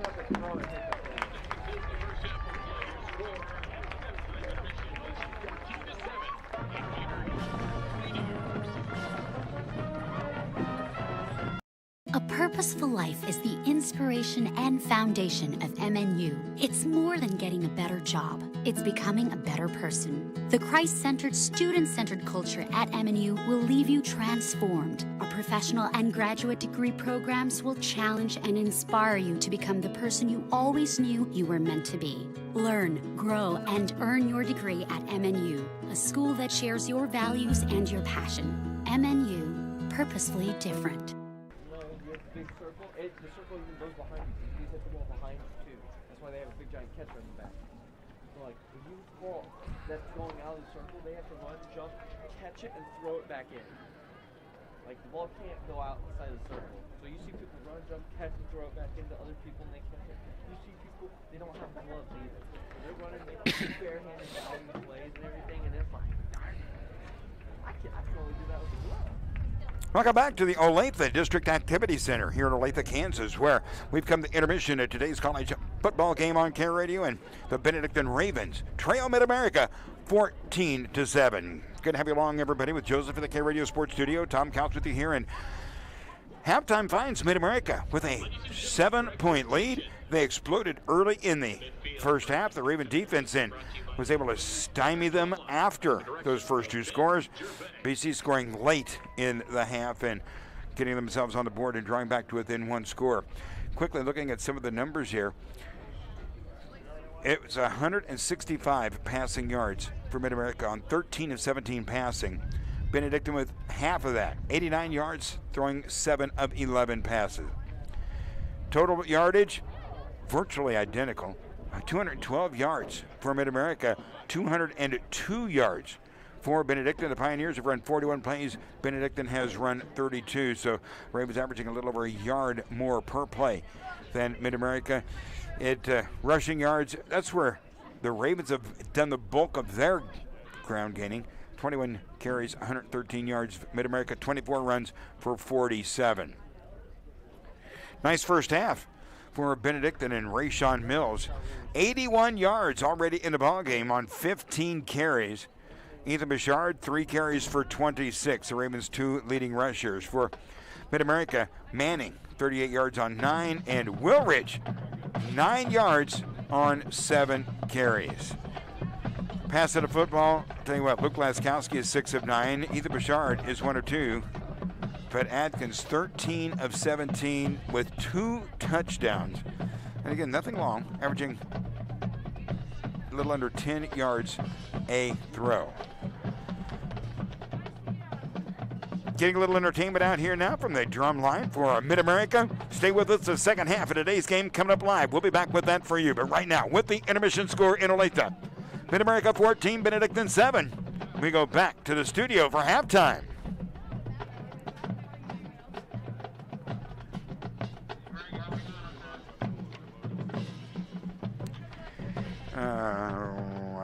What do you got available, man?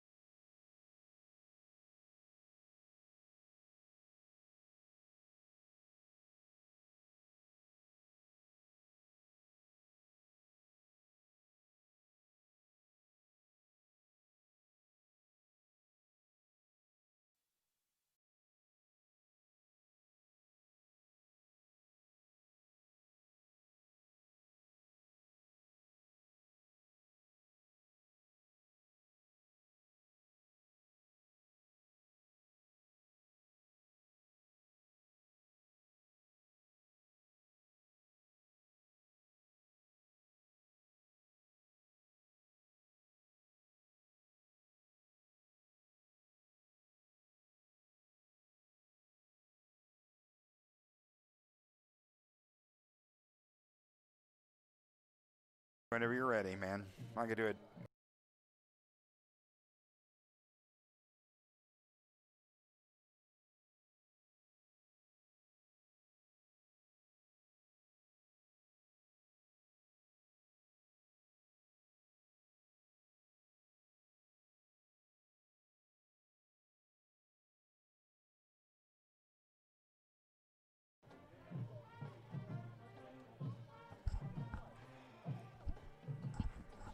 Beautiful.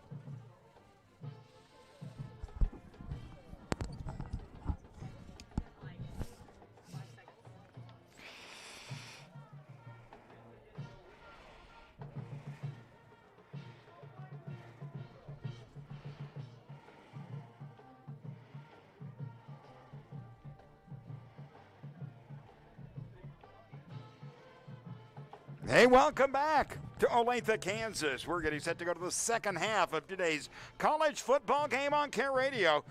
At the break, Mid-America leads Benedictine 14-7. Welcome back, everybody, with Joseph, our producer-engineer. He's back at the Care Radio Sports Studios. Tom Counts with you here at the top of the stands at the ODAC, the Olathe District Activities Center. We talked about it at the end of the half. Mid-America got in front early in the ball game. Matter of fact, they had 2 touchdowns before the Ravens had run 1 offensive play. Since then, Benedictine has kind of figured some things out. They have obviously stopped Mid-America from putting any additional scoring on the board. The Ravens, on the other hand, were able to finally begin to move the football a little bit. And they scored on the touchdown pass from Luke Laskowski to Alex Blake. Yardage overall would indicate just how close this game is. Mid-America with 212 yards at halftime. Total offense, Benedictine with 202 total yards offense. But, and something that kind of flies almost in the face of the score, Mid-America has punted the ball 3 times. Benedictine has only had 1 punt in the course of the first half.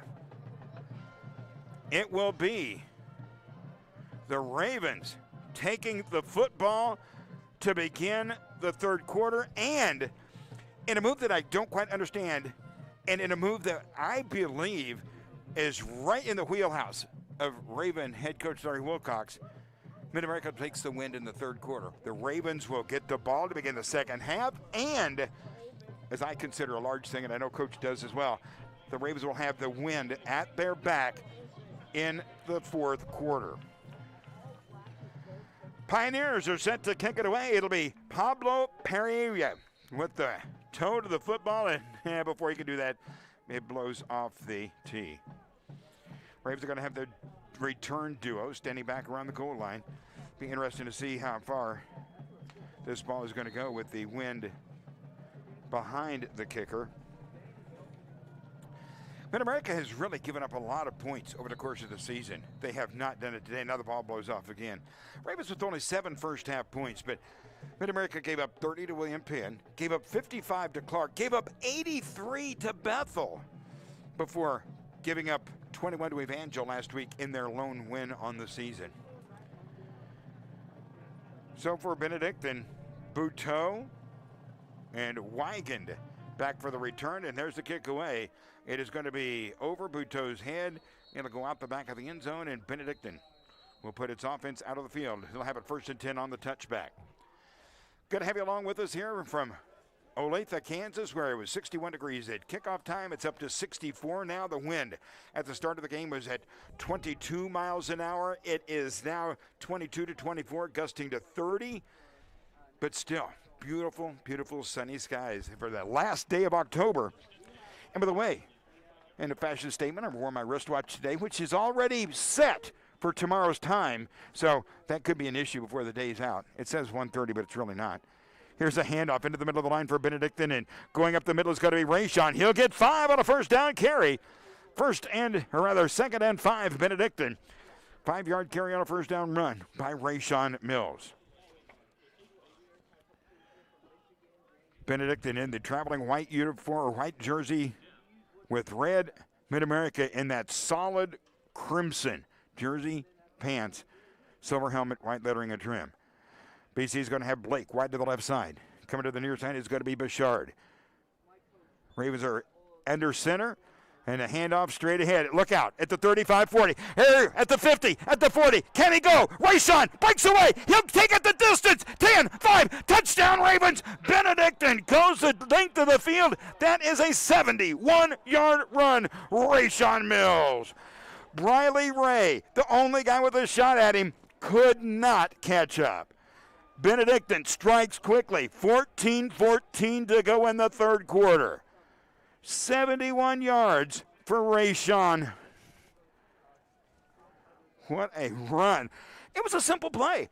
He was just taking it off the left guard, and he got through into the second line, broke one guy, and Gus always says, you break one, get to the second line, see what happens.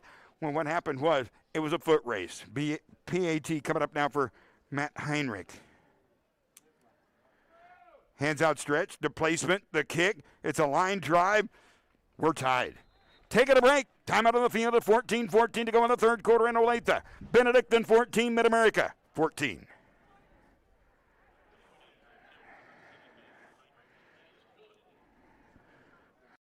A purposeful life is the inspiration and foundation of MNU. It's more than getting a better job. It's becoming a better person. The Christ-centered, student-centered culture at MNU will leave you transformed. Our professional and graduate degree programs will challenge and inspire you to become the person you always knew you were meant to be. Learn, grow, and earn your degree at MNU, a school that shares your values and your passion. MNU, purposefully different.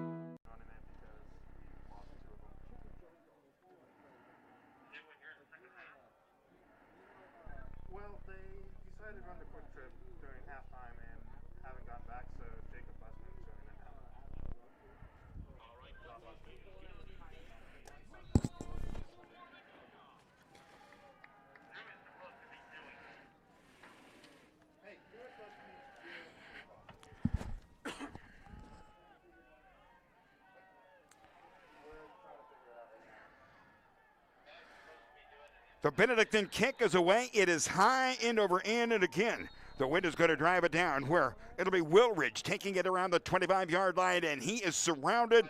He will be swarmed over and tackled just around the 26, maybe 27-yard line. We'll see where they spotted down. So Benedictine took no time in the second half to tie the game. It's now 14-14, and here come the Pioneers offense.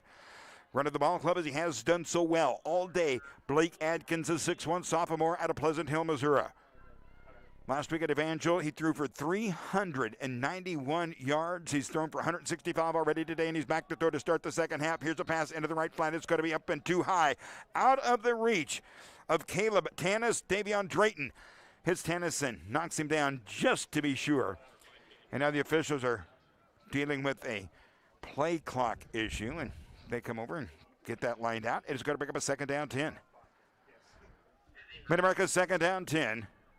Still at their own 27-yard line. Atkins looks to the left. Play action. Goes to the right side. The pass is going to be caught and juggled, and the Ravens are going to try to say that it's out of bounds and incomplete, but the official right on the spot, and Davion Drayton tries to convince him, but cannot. They're going to give a reception to Caleb Tannis. Tannis with the catch. Mid-America will advance the sticks. It's going to be first and 10 to their own 37-yard line, right at the first down marker. Tannis, the freshman from Van Horn High School. Quarterback will hand off. Well, no, he'll keep it himself. He's got to be hit in the backfield. He is swarmed. He is sacked. He's back at the 30. Let's see who got back there first. How about James Mullen for BC? James was back there, and along with him, Connor Walker, the number 3 tackler on the season for Benedictine. The loss on the play of 5 at a second and 15 Mid-America. 13:29 to go. It is, again, it is a second down and 15. Now the officials are stopping play. See, now the officials are trying to help the guys with the sticks on the near sideline, telling them, oh, by the way, it's 5 yards back, and it's second down and not first. 13:19 to go in the quarter. Now they get all of the paperwork done. And here comes Blake Atkins, your quarterback. Running back to his right hand. Receivers, 2 to the left and 2 to the right. He's looking left. He's chased out of the pocket now. Throws in traffic. It's over the middle and incomplete. Looking again for Caleb Tannis, and this time Drayton reached out, got in front of him, put a hand on the football, and rejected that pass. It'll go incomplete at the 45-yard line. He would have been very close to first down yardage. It is now 3rd and 15 Mid-America. Blake Atkins has certainly found a receiver he likes throwing to in Tannis, the 6'4" freshman. And again, when you got a 6'4" receiver, you're matching him up on guys who are 5'7", 5'8", 5'9". He is a guy you want to go to. QB's back to throw again. Steps up, hit as he releases the ball, and the pass over the middle is going to be batted away by Connor Walker. The senior from Farmersville, Texas, gets a hand on it, knocks the ball away, and Benedictine will force a 3 and out here for Mid-America. Over 13 minutes to go in the third quarter. Pioneers will be forced to punt the football, and again, in to kick is Jason Barek. He is 6 foot tall. He is 2 1/4 out of St. Charles, Missouri. Standing at his own 20-yard line. Bouteau at the Benedictine 25. With the wind at his back, the kick is away. It is high and over end and remarkably short. It will be allowed to bounce, and it takes a magnificent bounce for Mid-America. Now taken on a hop by Bouteau. 25, 30, up the right side and out of bounds very near the 35-yard line. Bouteau saw that ball and that it was going to carry him and go down somewhere inside the 10, maybe inside the 5-yard line, and instead he picked it up and took it up the right side. It'll be 1st and 10 Benedictine at the Raven 35. 12:56 to go in the third quarter. We've got a lot of football yet to play. And into the game for Benedictine to run the Raven offense. You're going to find Luke Leskowski. Luke, the 6'3" junior out of, yes, people around the conference will know, he's out of Baldwin City, Kansas. Wing to the right side, hand off Rayshawn. He'll hit the middle, pick up about 4 to the 39. Again, a play much like the one he scored on a moment ago from over 70 yards out. Just a quick hitter into the left side, just off guard tackle. Zaire White, the Shawnee Heights freshman out of Topeka with that stop. Ravens look at a 2nd down and a half a dozen at their own 39-yard line. Heading to the left side is going to be Alex Blake. Ravens will fill a slot to the left. Motion will go. Wigan. He'll take the handoff, trying to get outside, stretches it, and he's finally going to be able to get to the edge, turn it up, and get remarkably close to the first down. So now the Ravens have gotten Bouchard in the backfield for that play. Now Laskowski is going to come back in. It is a revolving door at the Benedictine quarterback position, and that takes a tremendous amount of discipline by those offensive linemen. Different voice, different cadence, different kind of a count sound to be able to pay attention to those guys and get away at the right moment. They're going to say it was a first down on that run by Damon Wigan. 1st and 10 Benedictine. Hand off left side to Rayshawn. Puts his head down, powers forward, 5 more. He's at the midfield stripe. Benedictine moving the football here in the second half on the ground, putting it in the hands of their senior from Santa Clara, California, Rayshawn Mills. 11.5 to go in the third. It's a 14-14 ball game. Ravens with a quick score here at the onset of the second half. With Laskowski looking to the far sideline, the Ravens will have the play telegraphed in, and again, it'll be wide to the right side with Bouteau. 6'4" Alex Blake will fill the slot. Tight end is on the left side. You got a fullback in there, KJ Hart. Handoff again, straight ahead. Rayshawn Mills this time good for only 3. Following the blocks of, how about Braden Arnold? Clayton Mordecai. Arnold 6'3", 378 out of Magnolia, Texas. And out of just right up Highway 35 here a little bit, Clayton Mordecai, 6'4", 305 from Kearney, Missouri. Rounding out the bunch on the right side of the front for Benedictine, Pika Leota, 6'5", 310 from Asheville, North Carolina. Benedictine looking now at a 3rd down 2. The handoff is going to go to Rayshawn. He's got it. He's got more. He's at the 45-40. Spins around to the 35-yard line. Ushered out of bounds across the way into the Benedictine sideline. And the Ravens will again advance the sticks as Deion McClellan, with a dozen tackles last week as a free safety for Mid-America, will make this stop, pushing him out of bounds. But again, the Ravens will advance the sticks with 10.5 to go in the third quarter. 14-14 ball game in Olathe, Kansas, in the Heart of America Athletic Conference. Benedictine coming into the game today at 5-1 overall, 2-0 in the Heart South, where Mid-America comes in at 1-3. They are 1-0 in the South after their win last week over Evangel. QB is back to throw, rolling right, throwing right, has his man caught, 30-25, down the right side, Ethan Bouchard. He takes the snaps, he throws the ball, he catches the pass. Ethan having a huge day today, and he is going to again have another Benedictine first down, and again, the chains will move. 10 minutes to play in the third quarter. The Ravens now at the Mid-America 24-yard line. Pioneers lining up 4 guys on the defensive front line. Working at little, looks like maybe 43 defense. In the backfield for Benedictine is Weigand.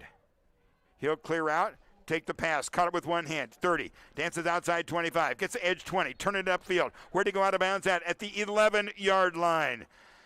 He is going to have another Benedictine first down. And the Ravens moving the ball on the ground and in the air.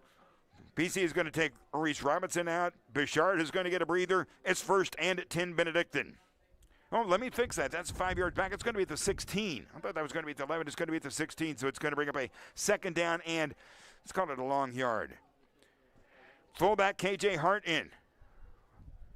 The handoff running back, Weigand. He'll pick up a first down. He's at the 15. He's at the 10. He's at the 6-yard line. This is 1st and goal, Ravens. How about Damon Weigand out of San Marcos, California?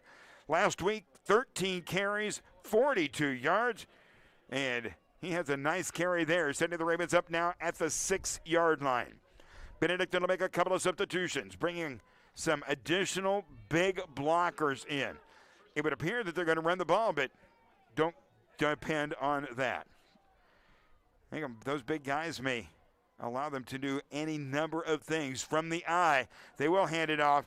And down to the 5, Rayshawn pushes, rides away, 3, 2, 1, and he's down to the 1-yard line. It looked like the play was pretty much stopped up around the 5, maybe the 4, but then suddenly, the wave just began to roll south, and he ends up at the 1-yard line, and a big defensive player for Mid-America climbs slowly from his knees to his feet, and Pioneer training staff is going to come out and take a look at that young man. 8 minutes and 41 seconds to go in the third quarter. He's now got his helmet in his hand and is coming off the field under his own power, so they're not even going to give him a look. He's going to say, I'll come over to the sideline and we'll talk.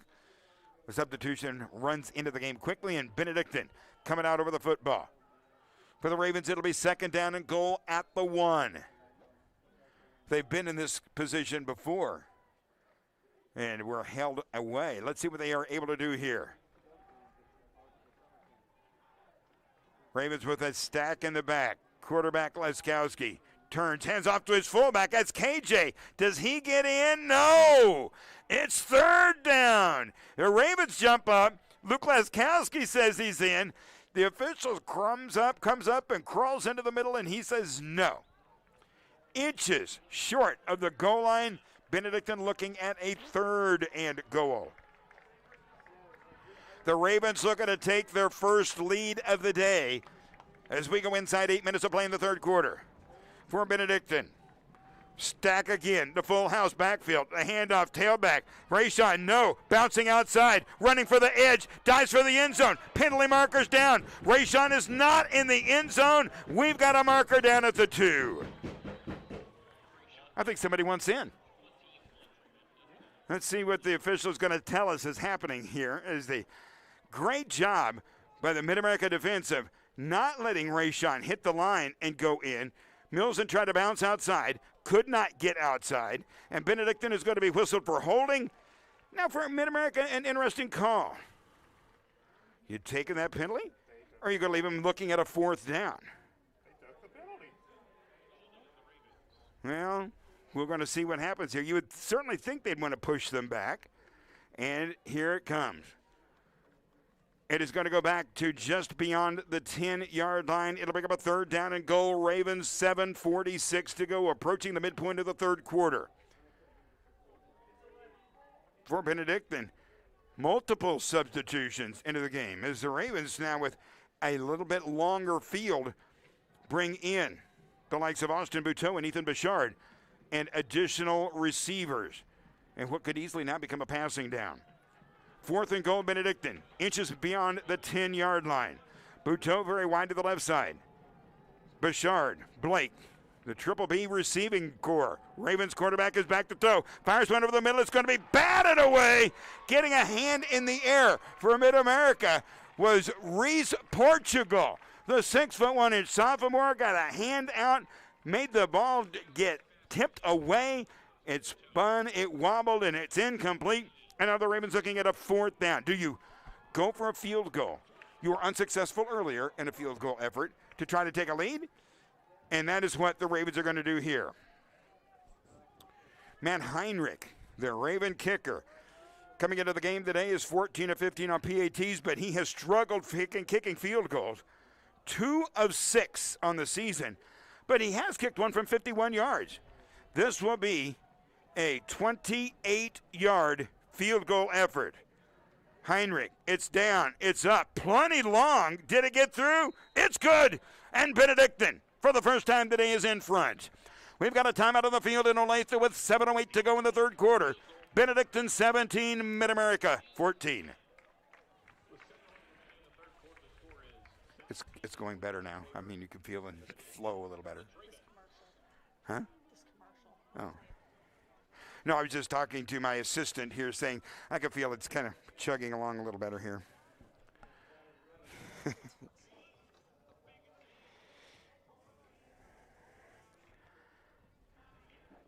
What did we decide that was? 28.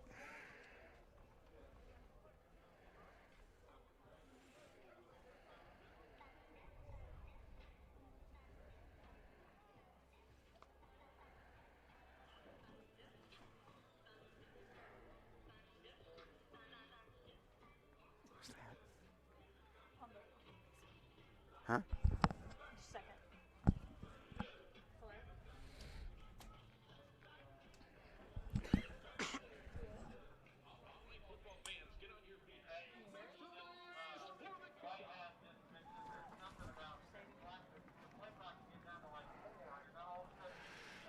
In the first 5 minutes of today's ball game, the Benedictine Ravens found themselves trailing 14-0.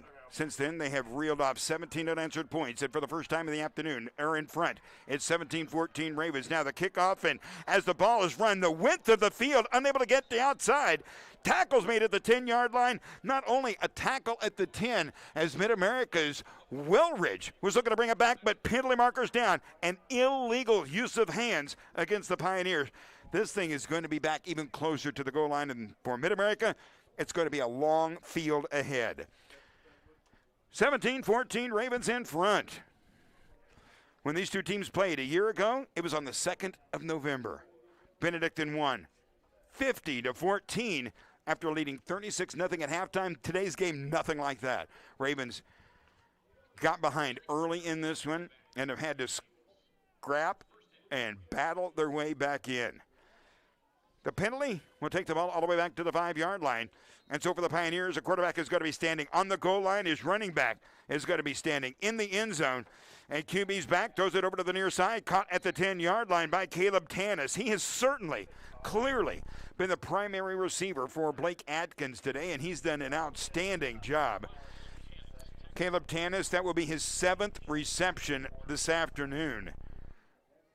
It is going to make up a 2nd down, 5 Mid-America, now at their own 10-yard line. Single man in the backfield behind the quarterback. He's going to be back around the 2-yard line now. QB's got it. Hands off, running back hits the middle, hits the ground. He is going to be down right about the line of scrimmage. And yeah, they're going to put him back at the 10-yard line, where for Mid-America, it will bring up a 3rd down and 5. Pioneers have got to get it back out to the 15-yard line, where the Ravens leading us here now 17-14. 3rd down, 5 Mid-America. Going from right to left in the third quarter. QB's back, looks right, throws right, has his man caught. He's got the 1st down, 2 yards to spare, and immediate tackle made. But a great catch by Robert Menifee, the freshman out of Eisenhower High School, Houston, Texas, 1st and 10 at Mid-America. And as they did at the onset of the ballgame, you see the Pioneers now going back to the no-huddle offense, right back up over the football. It served them very well early in the game. Quarterback straight ahead handoff, and Manning is going to pick up a couple of yards. It'll be tough going inside as I've got Eli Lilly anchoring things in the middle, and who else we got in there? Again, James Mullen. James is having a tremendous game for Benedictine on the front line. 5'11", 237 out of Washmo. Well, last week against Central Methodist, he had a couple of sacks. Second down. Pioneers. Second down, 10. Again, they're back to throw. Tons of time. Quarterback getting no pressure. Now he'll release the pass as Mullen starts chasing him, and it's going to be well short of maybe see if I can do this right. Owalabi. I had Chad help me out with that before the game. Torrin, the freshman out of Las Vegas, Nevada. He was the intended receiver, but the passes, again, Atkins was being pursued. The pass was short, landed at his feet, and goes incomplete. Pioneers now looking at a third down 10 at their own 18-yard line. 5 minutes to go in the third quarter. Atkins will bring his running back to his left hand, and now he's back to throw. He's hit by Shepherdson. He is sacked. Another sack by the National Defensive Player of the Week, Brett Shepherdson. It is going to bring up for Mid-America a fourth down, a punting situation, and the Raven offense will come back out on the field. 4 minutes and 47 seconds to go in the third quarter. How about Brett Shepherdson? When you look out of the field, you see Dante Edwards, Brett Shepherdson move up and start lining up along the line of scrimmage. If you're a quarterback, you start laying awake nights. In to punt the ball. It's going to be at the 5-yard line. Phil White, or rather, again, let me fix that. It's not going to be Phil. Here's a punt back, and that is going to be a great kick. Buteau all the way back to his own 30-yard line to field it. Buteau slips and loses his footing, and with no one around him, goes down at the 38. So for Benedictine, that will become the line of scrimmage. And I don't know, Buteau may have hurt himself as he lost his footing and his feet shot out from beneath him as he was trying to go across the field. He'll climb to his feet and trot over to the Benedictine sideline where you know Patrick is going to give him the A number 1 looking at. He'll be well attended to. 1st and 10 Ravens. The offense for Benedictine on the field for the first time today with a lead. BC 17, MNU 14. Ravens have it at their own 37-yard line. See who's running the ball club. That's going to be Laskowski back in at the QB. And the handoff, Rayshon. He's hit at the line of scrimmage, spins. He'll get it up to the 40, maybe just beyond, but it'll be short yardage for the senior, Rayshon Mills. 4 minutes to go in the third quarter. Benedictine second down 7 at the Raven 41.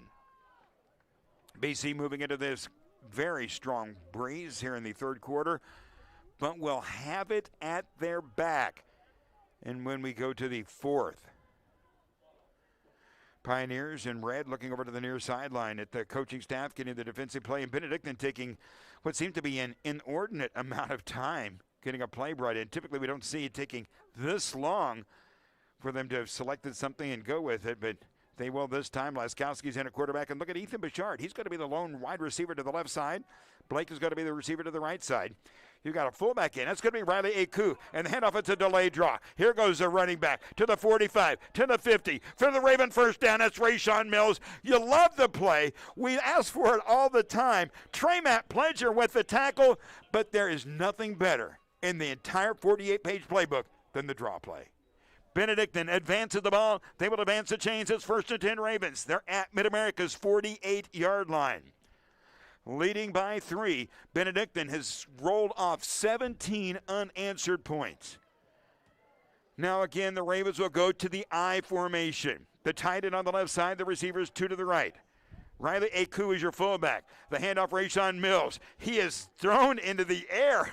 Goes skyborne and will fly forward for maybe 2 down to the 47. It'll bring up a second down, 8 BC. Dion McClellan, the free safety, looking like a center fielder back there as he's about ready to catch the flying running back. McClellan, a senior out of Chicago, Illinois. He's a good one back here. A dozen tackles on the season coming into the game today. Ravens now with a second down, 8. And Benedictine, man, they've taken a log off the fire. They have slowed this thing down. They're not racing back to the line of scrimmage. They're not going with the no huddle. They're talking it over. They're having a powwow. And now they're coming up to the line of scrimmage. 5 on the play clock. QB is going to keep it himself. Look out, it's Bouchard inside the 45, down to the 40. You've got to look very carefully, and you've got to watch those guys very closely. And if you're an opposing coach, it's almost a full-time job for one assistant to have the glasses on the quarterback spot and see who's running the ball club. Is it Laskowski? Number 16. Is it Bouchard? Number 13. They're both 6'2", 6'3". They're both, around 200 pounds. They are very similar body styles and types, and at a glance, it's kind of hard to tell them apart. You still got Bouchard in there right now, and he is going to be running the ball club as we're down to 1:20 to go in the third. Third quarter's been good for the Ravens today. Reese Robinson out of Fairview Heights is wide to the left side for BC. QB's back, and he's going to be another draw play, this time straight ahead and much less yardage for Bouchard this time as he'll take it inside the 40, and they're going to have him down at the 39-yard line. The Ravens are looking at a 4th down 1, and for Benedictine, they're going to have to run this play in this quarter. 55, 54, 53 seconds left in the third here in Olathe. For Benedictine, are they going to punt this ball? I must admit, I'm a little bit surprised. I am a little surprised that the Ravens are going to punt. They would have a 4th and 1 at the 39-yard line. But they are going to be kicking it and kicking into this stiff breeze. Less than a half a minute to go in the third. The kick is away. It turns over, and that thing is going to land in the end zone. Mid-America is going to have it back at their own 20 with 21 seconds to go in the third. That was a nice kick. And it turned over. It did not allow a return. And for Mid-America, it becomes much more and more simple. You get ready to go to the fourth quarter. Got to get some points on the board. You got to take that ball down to the other end of the field. You trail by 3. Time it up for probably, one more running play and maybe a couple of more passing plays, depending on the outcome of them here in the third. Blake Adkins steps up there for Mid-America today. 15 of 23 throwing the football. He's got 180 yards and 2 touchdowns so far today. He's back to throw. Short drop. Fires one over to the near side, and I'll tell you what, he was looking for 6'4" freshman Caleb Tanis. He had to be 6'10" freshman Caleb Tanis to have had a chance to catch that one. It was way high, way over his head. If Tanis could have caught that one, Coach Lamar in the next booth would have been calling him tonight. 17 seconds to go in the third. Mid-America now with a 2nd down 10. Still at their own 20-yard line. Trips to the left side. Ravens have only 2 over-the-top coverage on the 3 left. Running back is going to pull up beside the quarterback. Now the snap back is on the ground, and quarterback has to dive on it back at the 7-yard line. The snap went right between Blake Adkins and Manning, and they both kind of had to look at it. Quickly, Adkins spun around, dove atop the football. They're going to say it's down to the 9-yard line as the third quarter comes to an end. Mid-America is going to have to come from behind if they're going to win this one here today. We go to the fourth quarter. Time out of the field in Olathe, Kansas after 3 quarters. The Benedictine Ravens 17, Mid-America 14.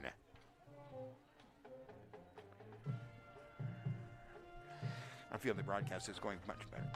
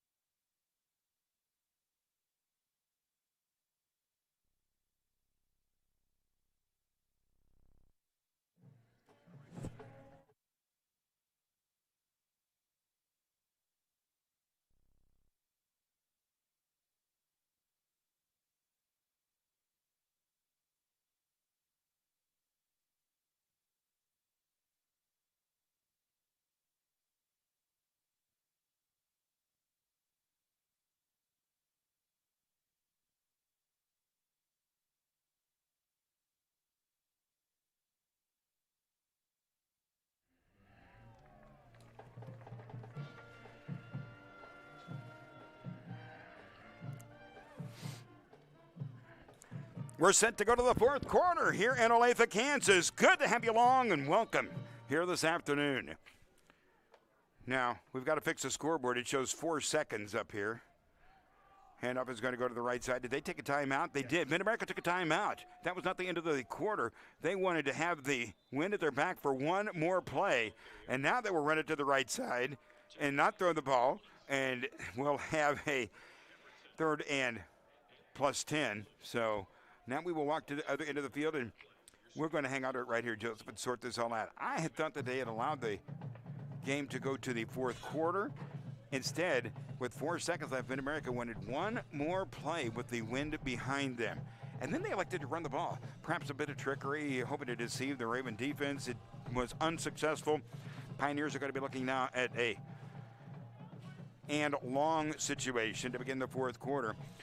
Updating statistics for you in this game here this afternoon. Benedictine is 5 of 10 on 3rd downs and 0 of 1 on 4th. Mid-America is 6 of 12. They have not had a 4th down snap at Ravens. Here's where the Ravens have come from behind. They have now rushed the football 36 times, 256 yards rushing, 9 of 14 throwing the ball for another 108, 364 yards of total offense for Benedictine, where Mid-America has rushed 31 times for 42 yards, 180 yards throwing. So for Mid-America, 222 total yards in the game today. Benedictine, no fumbles, none lost. Mid-America, 2 fumbles, 1 lost.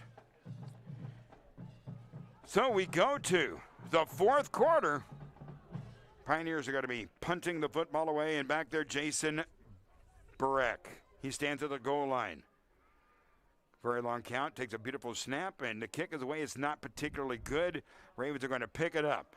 Around to the left side at the 45, down to the 40, in Mid-America territory, and darting out of bounds with the ball, putting his team in good field position is Austin Buteau. And the Raven offense will come on the field, and they will begin the 4th quarter with a 17-14 lead and with the football in Mid-America territory at the Pioneer. Let's see where he's going to spot it down, 39, maybe the 40. They're going to put it right down to the 40-yard line. So there you have it, Benedictine at the Mid-America 40 to begin the 4th quarter. Ravens here today, 5-1 overall, 2-0 in the South Division of the Heart of America Athletic Conference. Mid-America coming in at 1-3 on the season, but their one win was a South Division Conference victory. Snap back, play action. QB's back, chased out of the pocket. Laskowski rolls, he throws, he's got Blake. He's at the 20-yard line, breaks a tackle at the 15, breaks a tackle at the 10, breaks a tackle at the 5, down towards the goal line. Look at the play of the Ravens, Alex Blake. They're going to say he's out of bounds inches from the goal line. What a catch, and then what a magnificent run by Alex Blake. Benedictine. Is that a Benedictine player? Everybody's got red pants. It's Mid-America player down on the field around the line of scrimmage. And they're going to take a little bit of time to take care of him. And Joseph, we're going to take a bit of a break to allow them the opportunity to tend to this athlete. Break coming up at 14:39 to go in the ball game. The score in Olathe, Benedictine 17, Mid-America 14.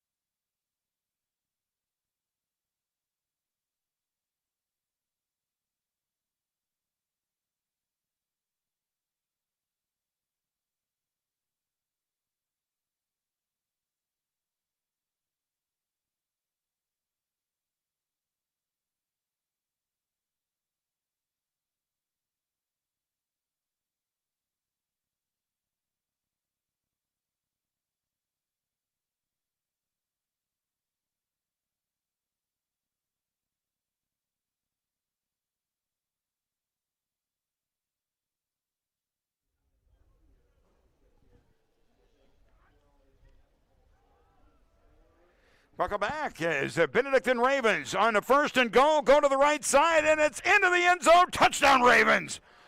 14:26 to play in the game, and Benedictine extends its lead now 23-14 over Mid-America. Pioneers getting a player taken care of on the near sideline, but the Ravens taking it into the end zone from a yard away. And now looking for another PAT. Here comes Matt Heinrich. Ravens running an additional blocker in late. Heinrich, the right foot soccer style kicker, has been a busy young man today. Hands outstretched. A placement, the kick with the wind behind him. It is through there. Joseph, as quickly as that, we will ask you for another timeout. We're 14:26 to go in the ballgame this afternoon, and the Ravens putting together a lead. It's Benedictine 24, Mid-America 14.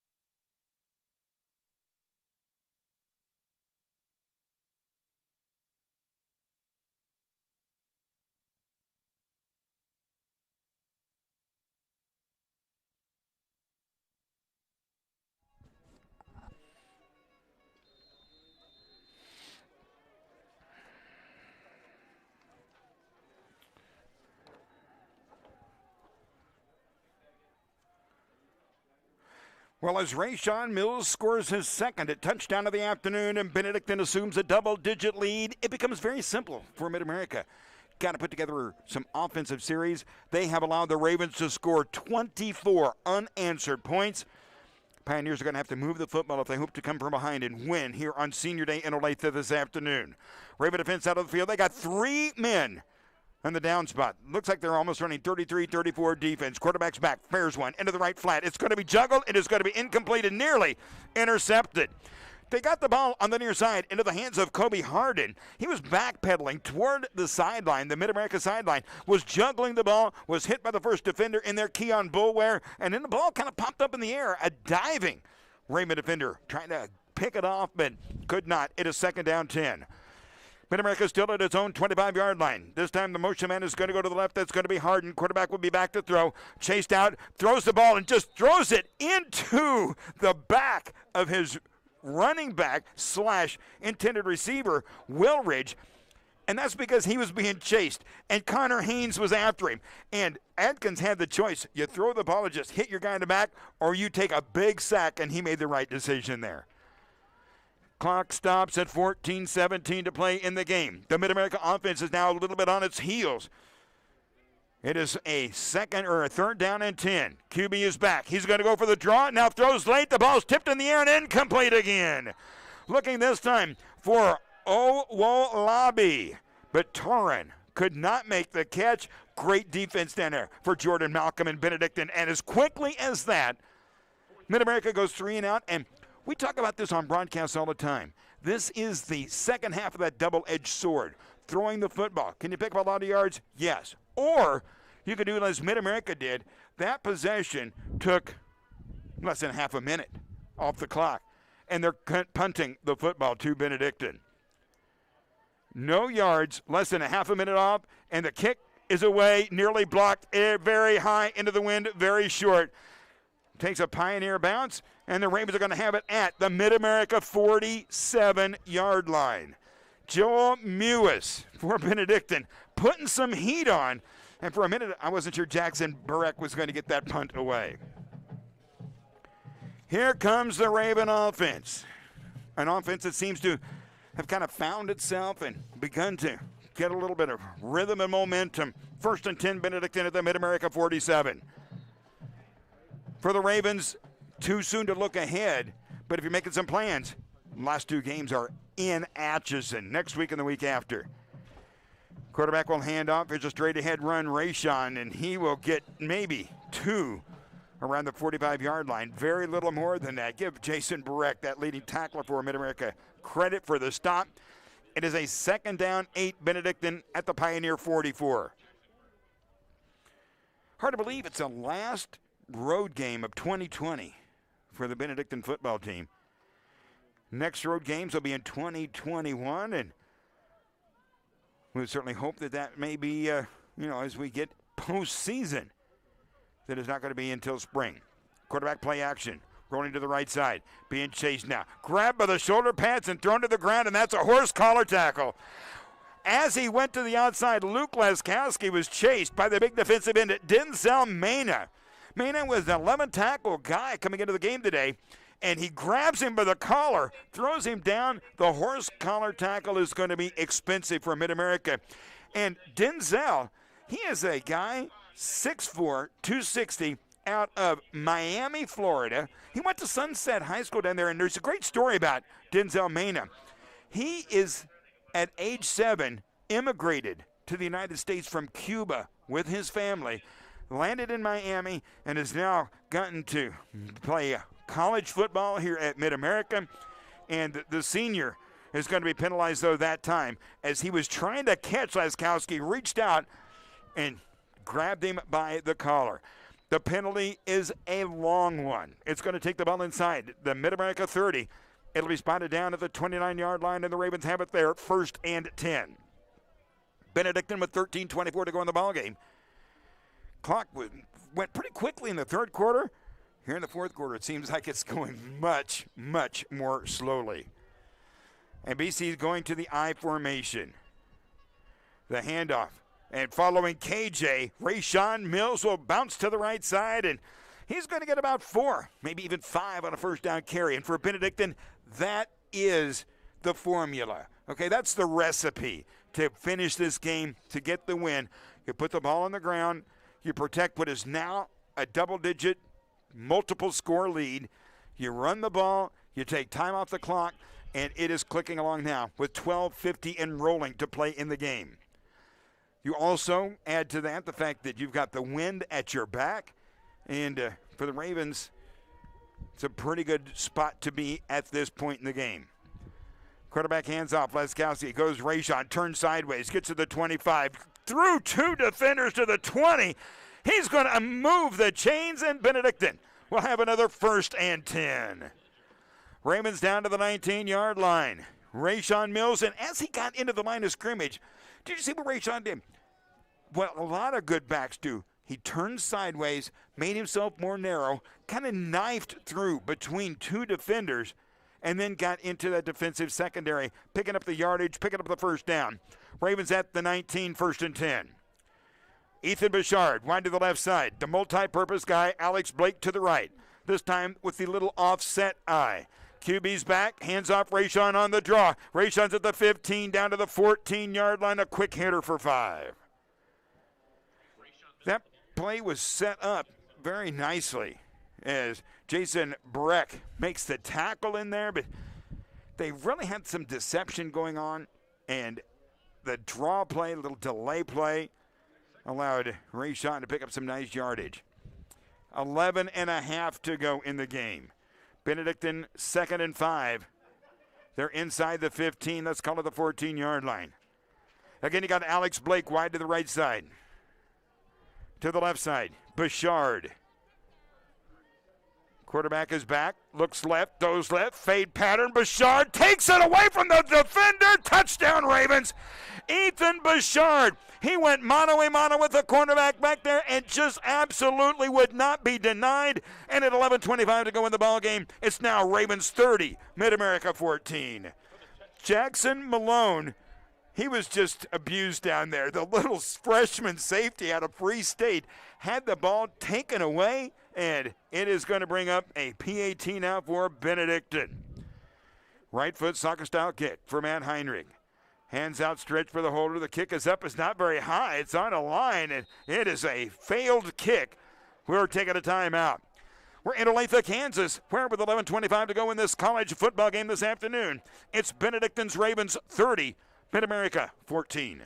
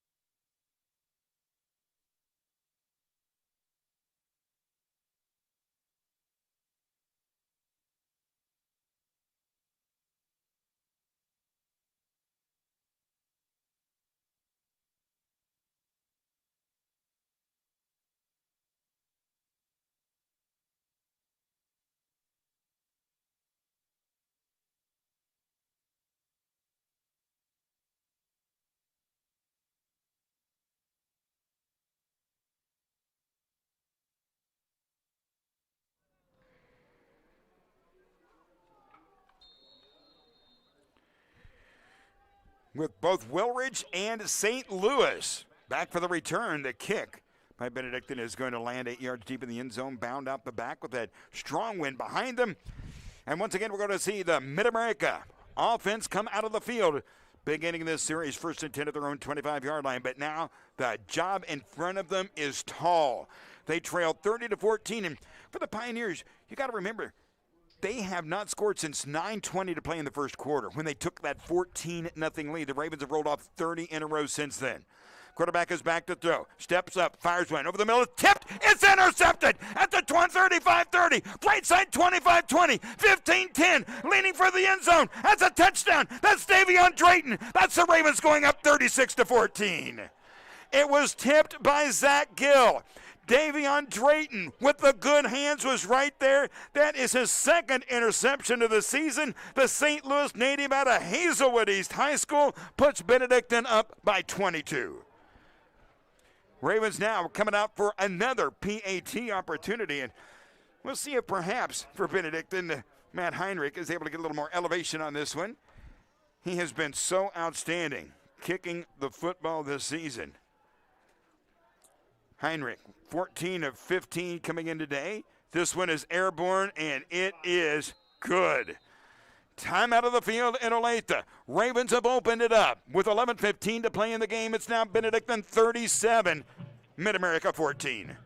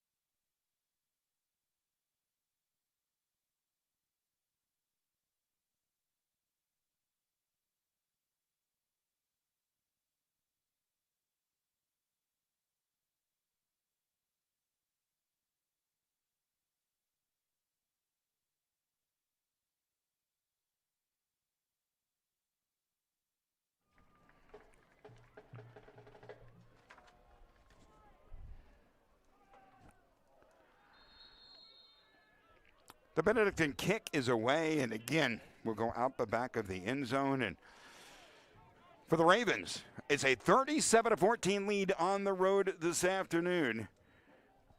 They started off the game a little bit slowly, finding themselves down very quickly. First 7 and then 14-0. Then the Raven defense was able to stall that Pioneer movement of the ball, particularly those slant passes. And then the offense has come around, and Pioneers with a hill to climb. Quarterback back to throw. Looking, throws right, has his man. It's going to be batted away and incomplete at the 40-yard line again. They're looking for Kobe Harden, and what a defensive play by Josh Morris. Josh very pleased with that play. 11-11 to go in the game. Josh Morris out of Cypress Falls High School, Houston, Texas. Coming into the game today with a couple of interceptions and 21 tackles. Quarterback is back to throw again on the 2nd down. 10 has a man over the middle. It's going to be broken up and incomplete. And again, the Ravens, Davion Drayton in the middle. And for Mid-America, Caleb Tanis very disappointed that there was not a penalty marker there. He felt that he had been interfered with. The officials did not think that. And it's going to bring up a 3rd down and 10 for the Pioneers. And again, Mid-America finding themselves in that situation of throwing the ball that quickly, taking no time off the clock. Running back is going to come up immediately to the side of the quarterback and stay in the block. QB is running. He steps up. He throws. He's got a man wide open and way short of Kobe Harden. Harden was open over there. He was being guarded, if you want to call it that, by Davion Drayton, who was 7, 8 yards off the receiver. But the pass was way short, landing at his feet in front of him and incomplete. And for Mid-America, as James Mullen was getting some heat on Blake Atkins, Mid-America again goes 3 and out. That possession, 26 seconds. The punt coming up here for Mid-America. Ravens have been chasing it all day, and They're not gonna get that one. The kick is away, and it'll be hopping, taken by Benedictine. Buteau at his own 40-yard line. He's got nowhere to go. He'll just cover it up and go down there. Ravens at their own 40-yard line. They're going to have the football 1st and 10. 10:49 to play this afternoon. Ravens are going to go to 6-1 overall and 3-0 in the South Division of the Heart of America Athletic Conference. Mid-America, they're staying with that 3-down lineman defense. You're pretty standard, kind of a 34 sort of a defense. They're dropping a couple of more guys deep in.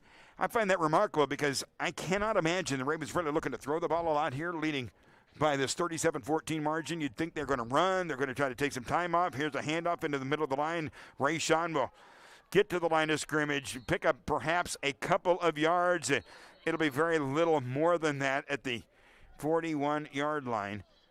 2nd down, 8, Benedictine. But for the Ravens, the goal, besides moving the football as always, the goal is to get the time off the clock and get this game to its end. BC with 37 consecutive points here this afternoon. Last time these two teams met, the score not so different. It was 50-14, Benedictine a year ago. That game up in Wilcox Stadium in Atchison, Kansas.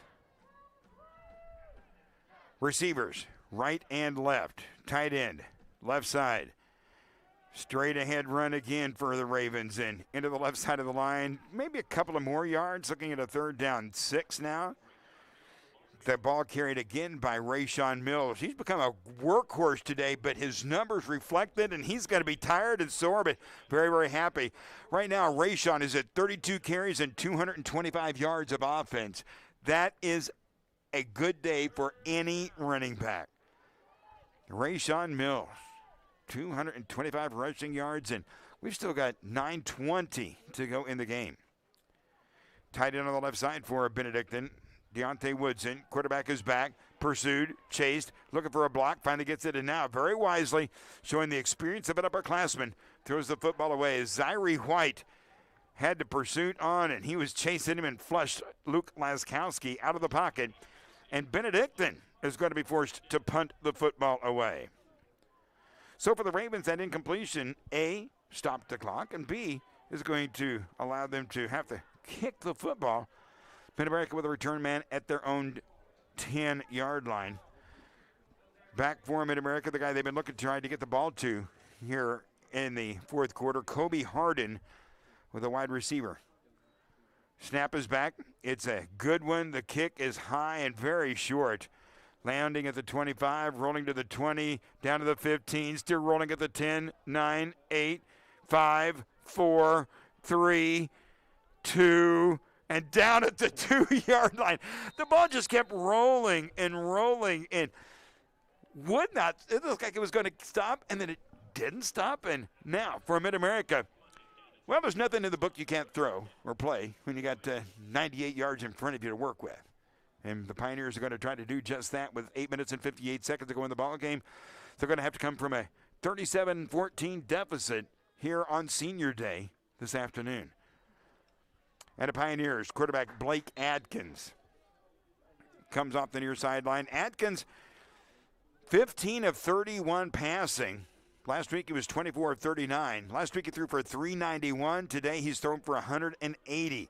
And here's a straight ahead play for Mid-America, and it's going to get them out to around the 10-yard line. A carry by Willridge, the senior out of Jennings, Louisiana. Zach Gill for Benedictine, the tackle. But now, this is the time of the game when, and I talk about this frequently, and if you've listened to the broadcast, you'll know that when you look at the clock, it says 9 minutes. You look up again in just a moment. Now it's at 8:20 something. You'll look back again, and it starts moving very quickly, my point. And every time you look up, it seems like there's a minute or two missing. Here's a pass over into the left flat. It's going to be caught for a loss on the play. The catch over on the far side was made, and Benedictine was right there to cover it up.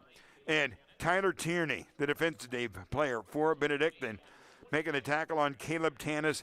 And the ball was around the 10-yard line. They're going to push it back now to a 3rd down and maybe 3 or 4. Here's a pass left side. It's going to be caught. It's dropped. The catch was made by the running back, Willrich.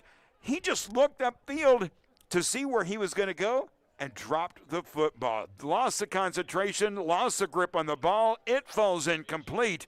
And Benedictine will be the beneficiary of the error. And it's going to bring up a punting situation again for Mid-America. And the Pioneers have had to punt the football a lot here as this game has gone on.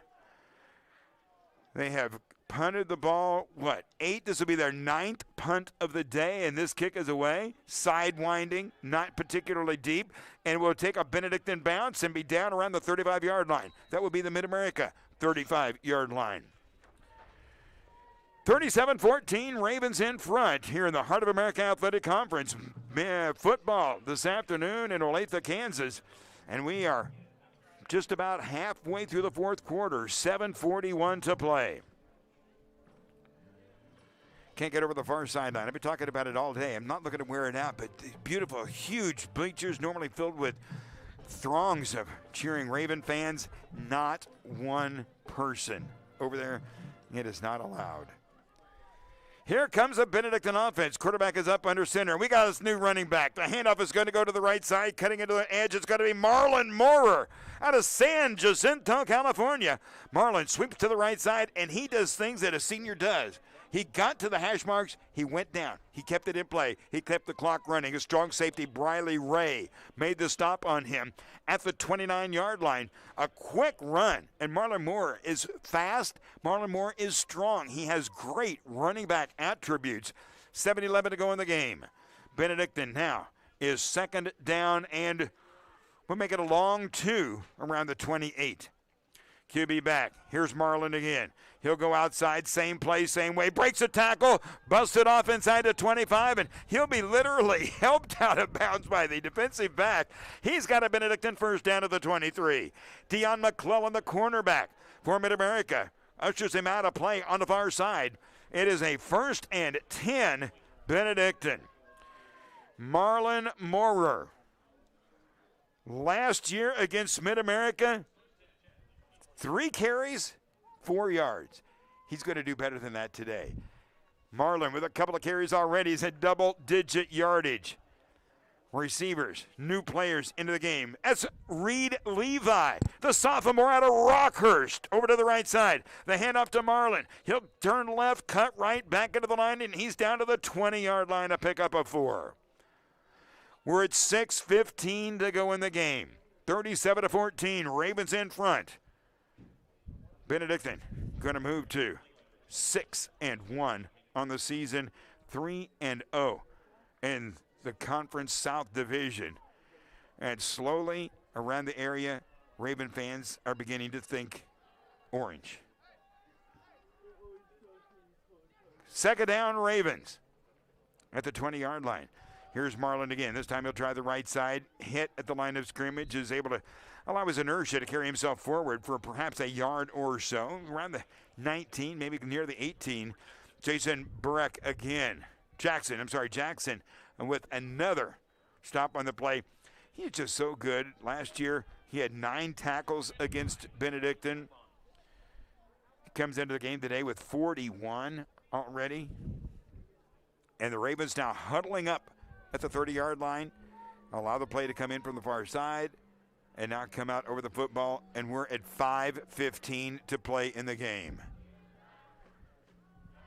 2 receivers to the wide side of the field, and here's a pitch. Marlon cuts it into the middle, and he could have run outside and maybe been able to pick up a few yards, but also would have run the risk of going out of bounds, so he instead cut back into the middle of the field, picked up shorter yardage, but we're now at 4:50 to play in the game. As free safety, Matt Pledger. He's an old Lansing Lion. He makes a stop here, the sophomore for Mid-America. Benedictine on 4th down. They're going to bring their kicking unit in, and they're going to go for what is going to be a 37? Yeah, let's call it a 37-yard field goal. And the kicker for Benedictine on this effort, it's going to be Cullen Bruner. The kick is up, high enough, long enough, wide to the right side. Bruner had the leg, he had the distance, could not quite get it to go through. And one thing that the Ravens have not done particularly well today is field goals. What are they? 1 of 3 kicking field goals this afternoon. 4 minutes and 21 seconds left in this contest this afternoon. 37-14, Ravens out front. Here come the Pioneers. Let's see if Mid-America has made any or many adjustments. They have. We're going to see a different quarterback in for Coach Hansen, and it'll be his junior from Victorville, California, Levi Taylor.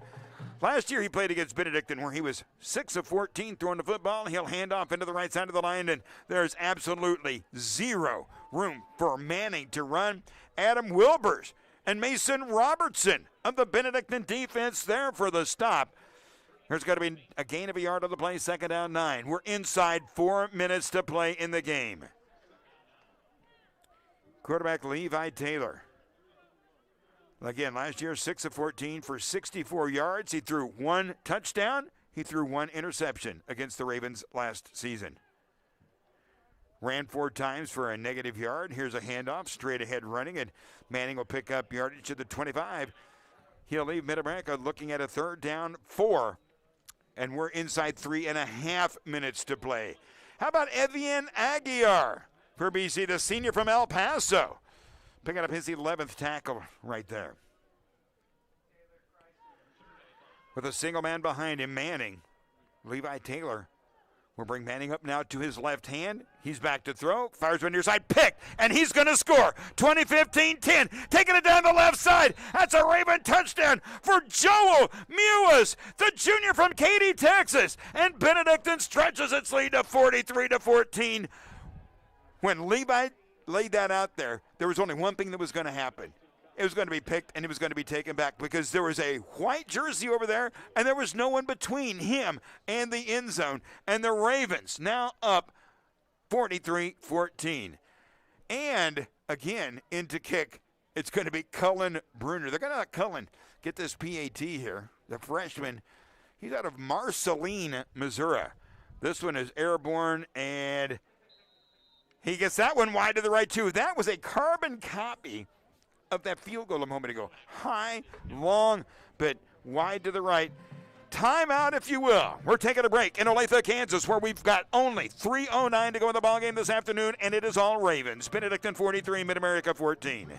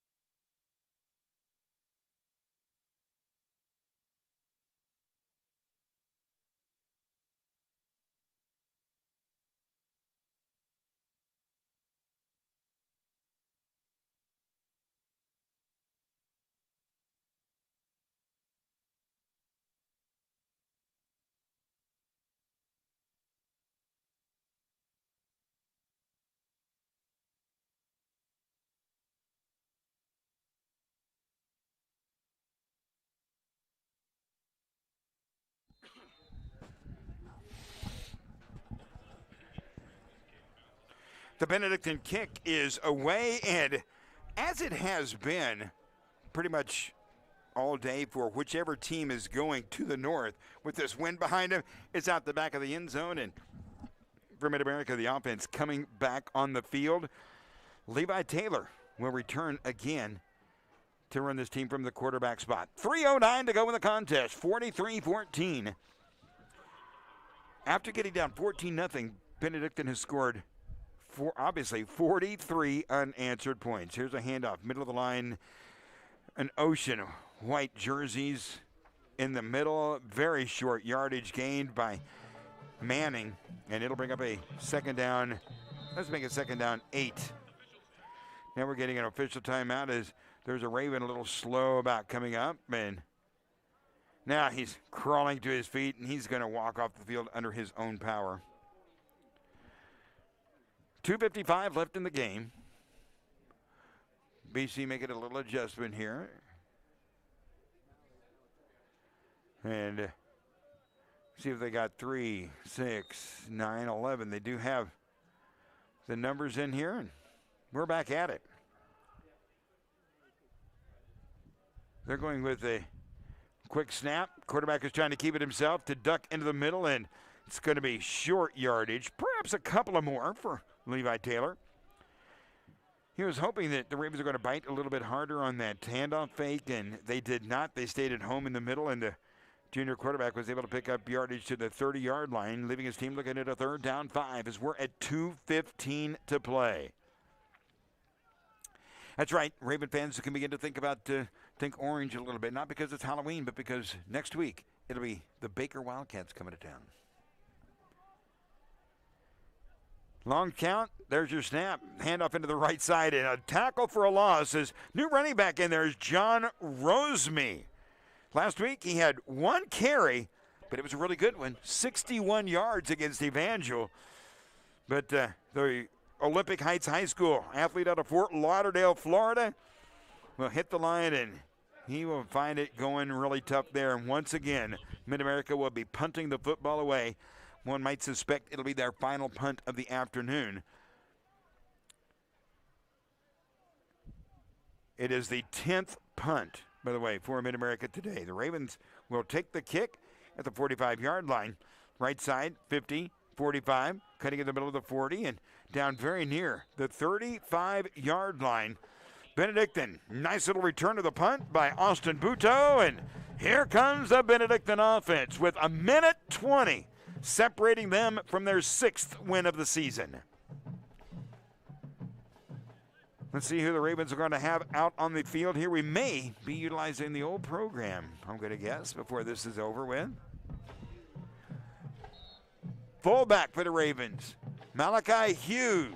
Is that who that is? 44. Receivers each way. Handoff by Leskowski to the fullback, and he just runs into the middle of the line. There are a lot of bodies in there. He was not able to move any of them. No gain on the play. It'll bring up a 2nd down 10, and we are going to be inside a minute now to play today. Ravens take a look over to the far side, and we're going to get a switch in and out. Marlon Moore will come out of the game. And let's see who's in for him. Yeah, clearly number 44 for Benedictine. I got Hughes, but I think that young man out of Liberty, usually on the defensive side of the ball. QB's going to hand off. Right side running. Inside the 35-yard line. Carrying it for Benedictine there is Anthony, is number 23. And again, I call that Anthony Calcera. But again, out of Pius X, I also see him as a defensive player. So we're just hoping that we're giving these guys adequate credit. We're certainly trying to. Get the young guys getting in the ball game, and if Benedictine's going to snap it again, they'll have to hurry, but they will not. They do not, and that is going to do it. Your final score out of Olathe, Kansas this afternoon. The Benedictine Ravens 43, Mid-America 14, and we'll return to summarize it for you right after this.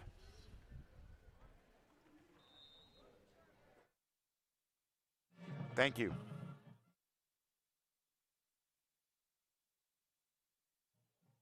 Okay, it's good.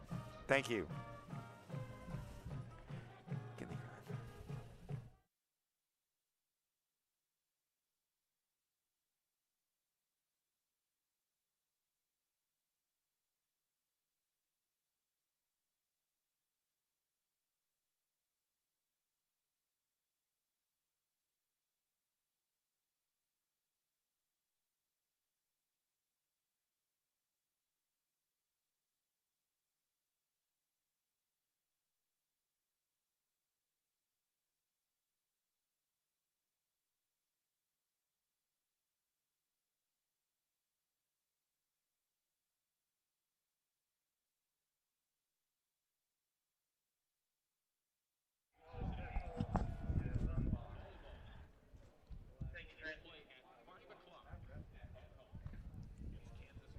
Welcome back to Olathe, Kansas, where this afternoon the Mid-American Nazarene Pioneers got in front, took a lead early, were dominant in the opening phase of the game, pushed ahead 14-0 over Benedictine. They threw the ball briskly. They moved it downfield. They were going with the no-huddle offense, and they really had momentum. And then the Ravens dug their heels in.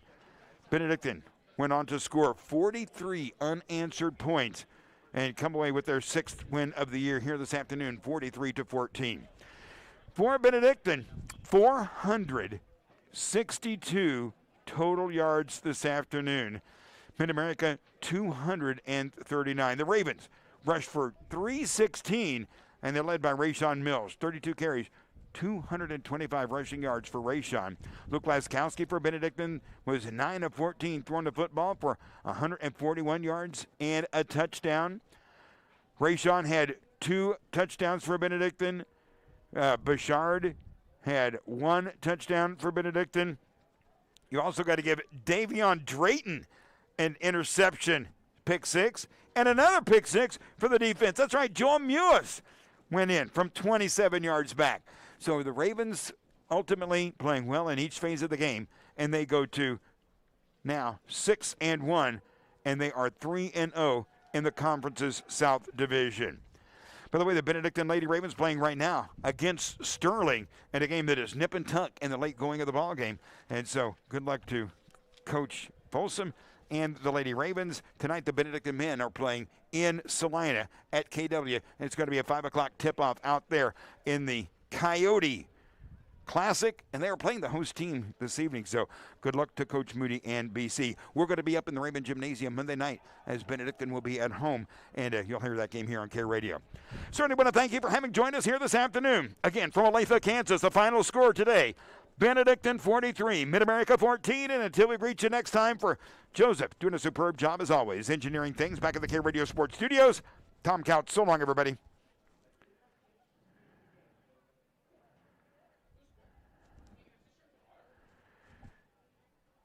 Thank you. I will get you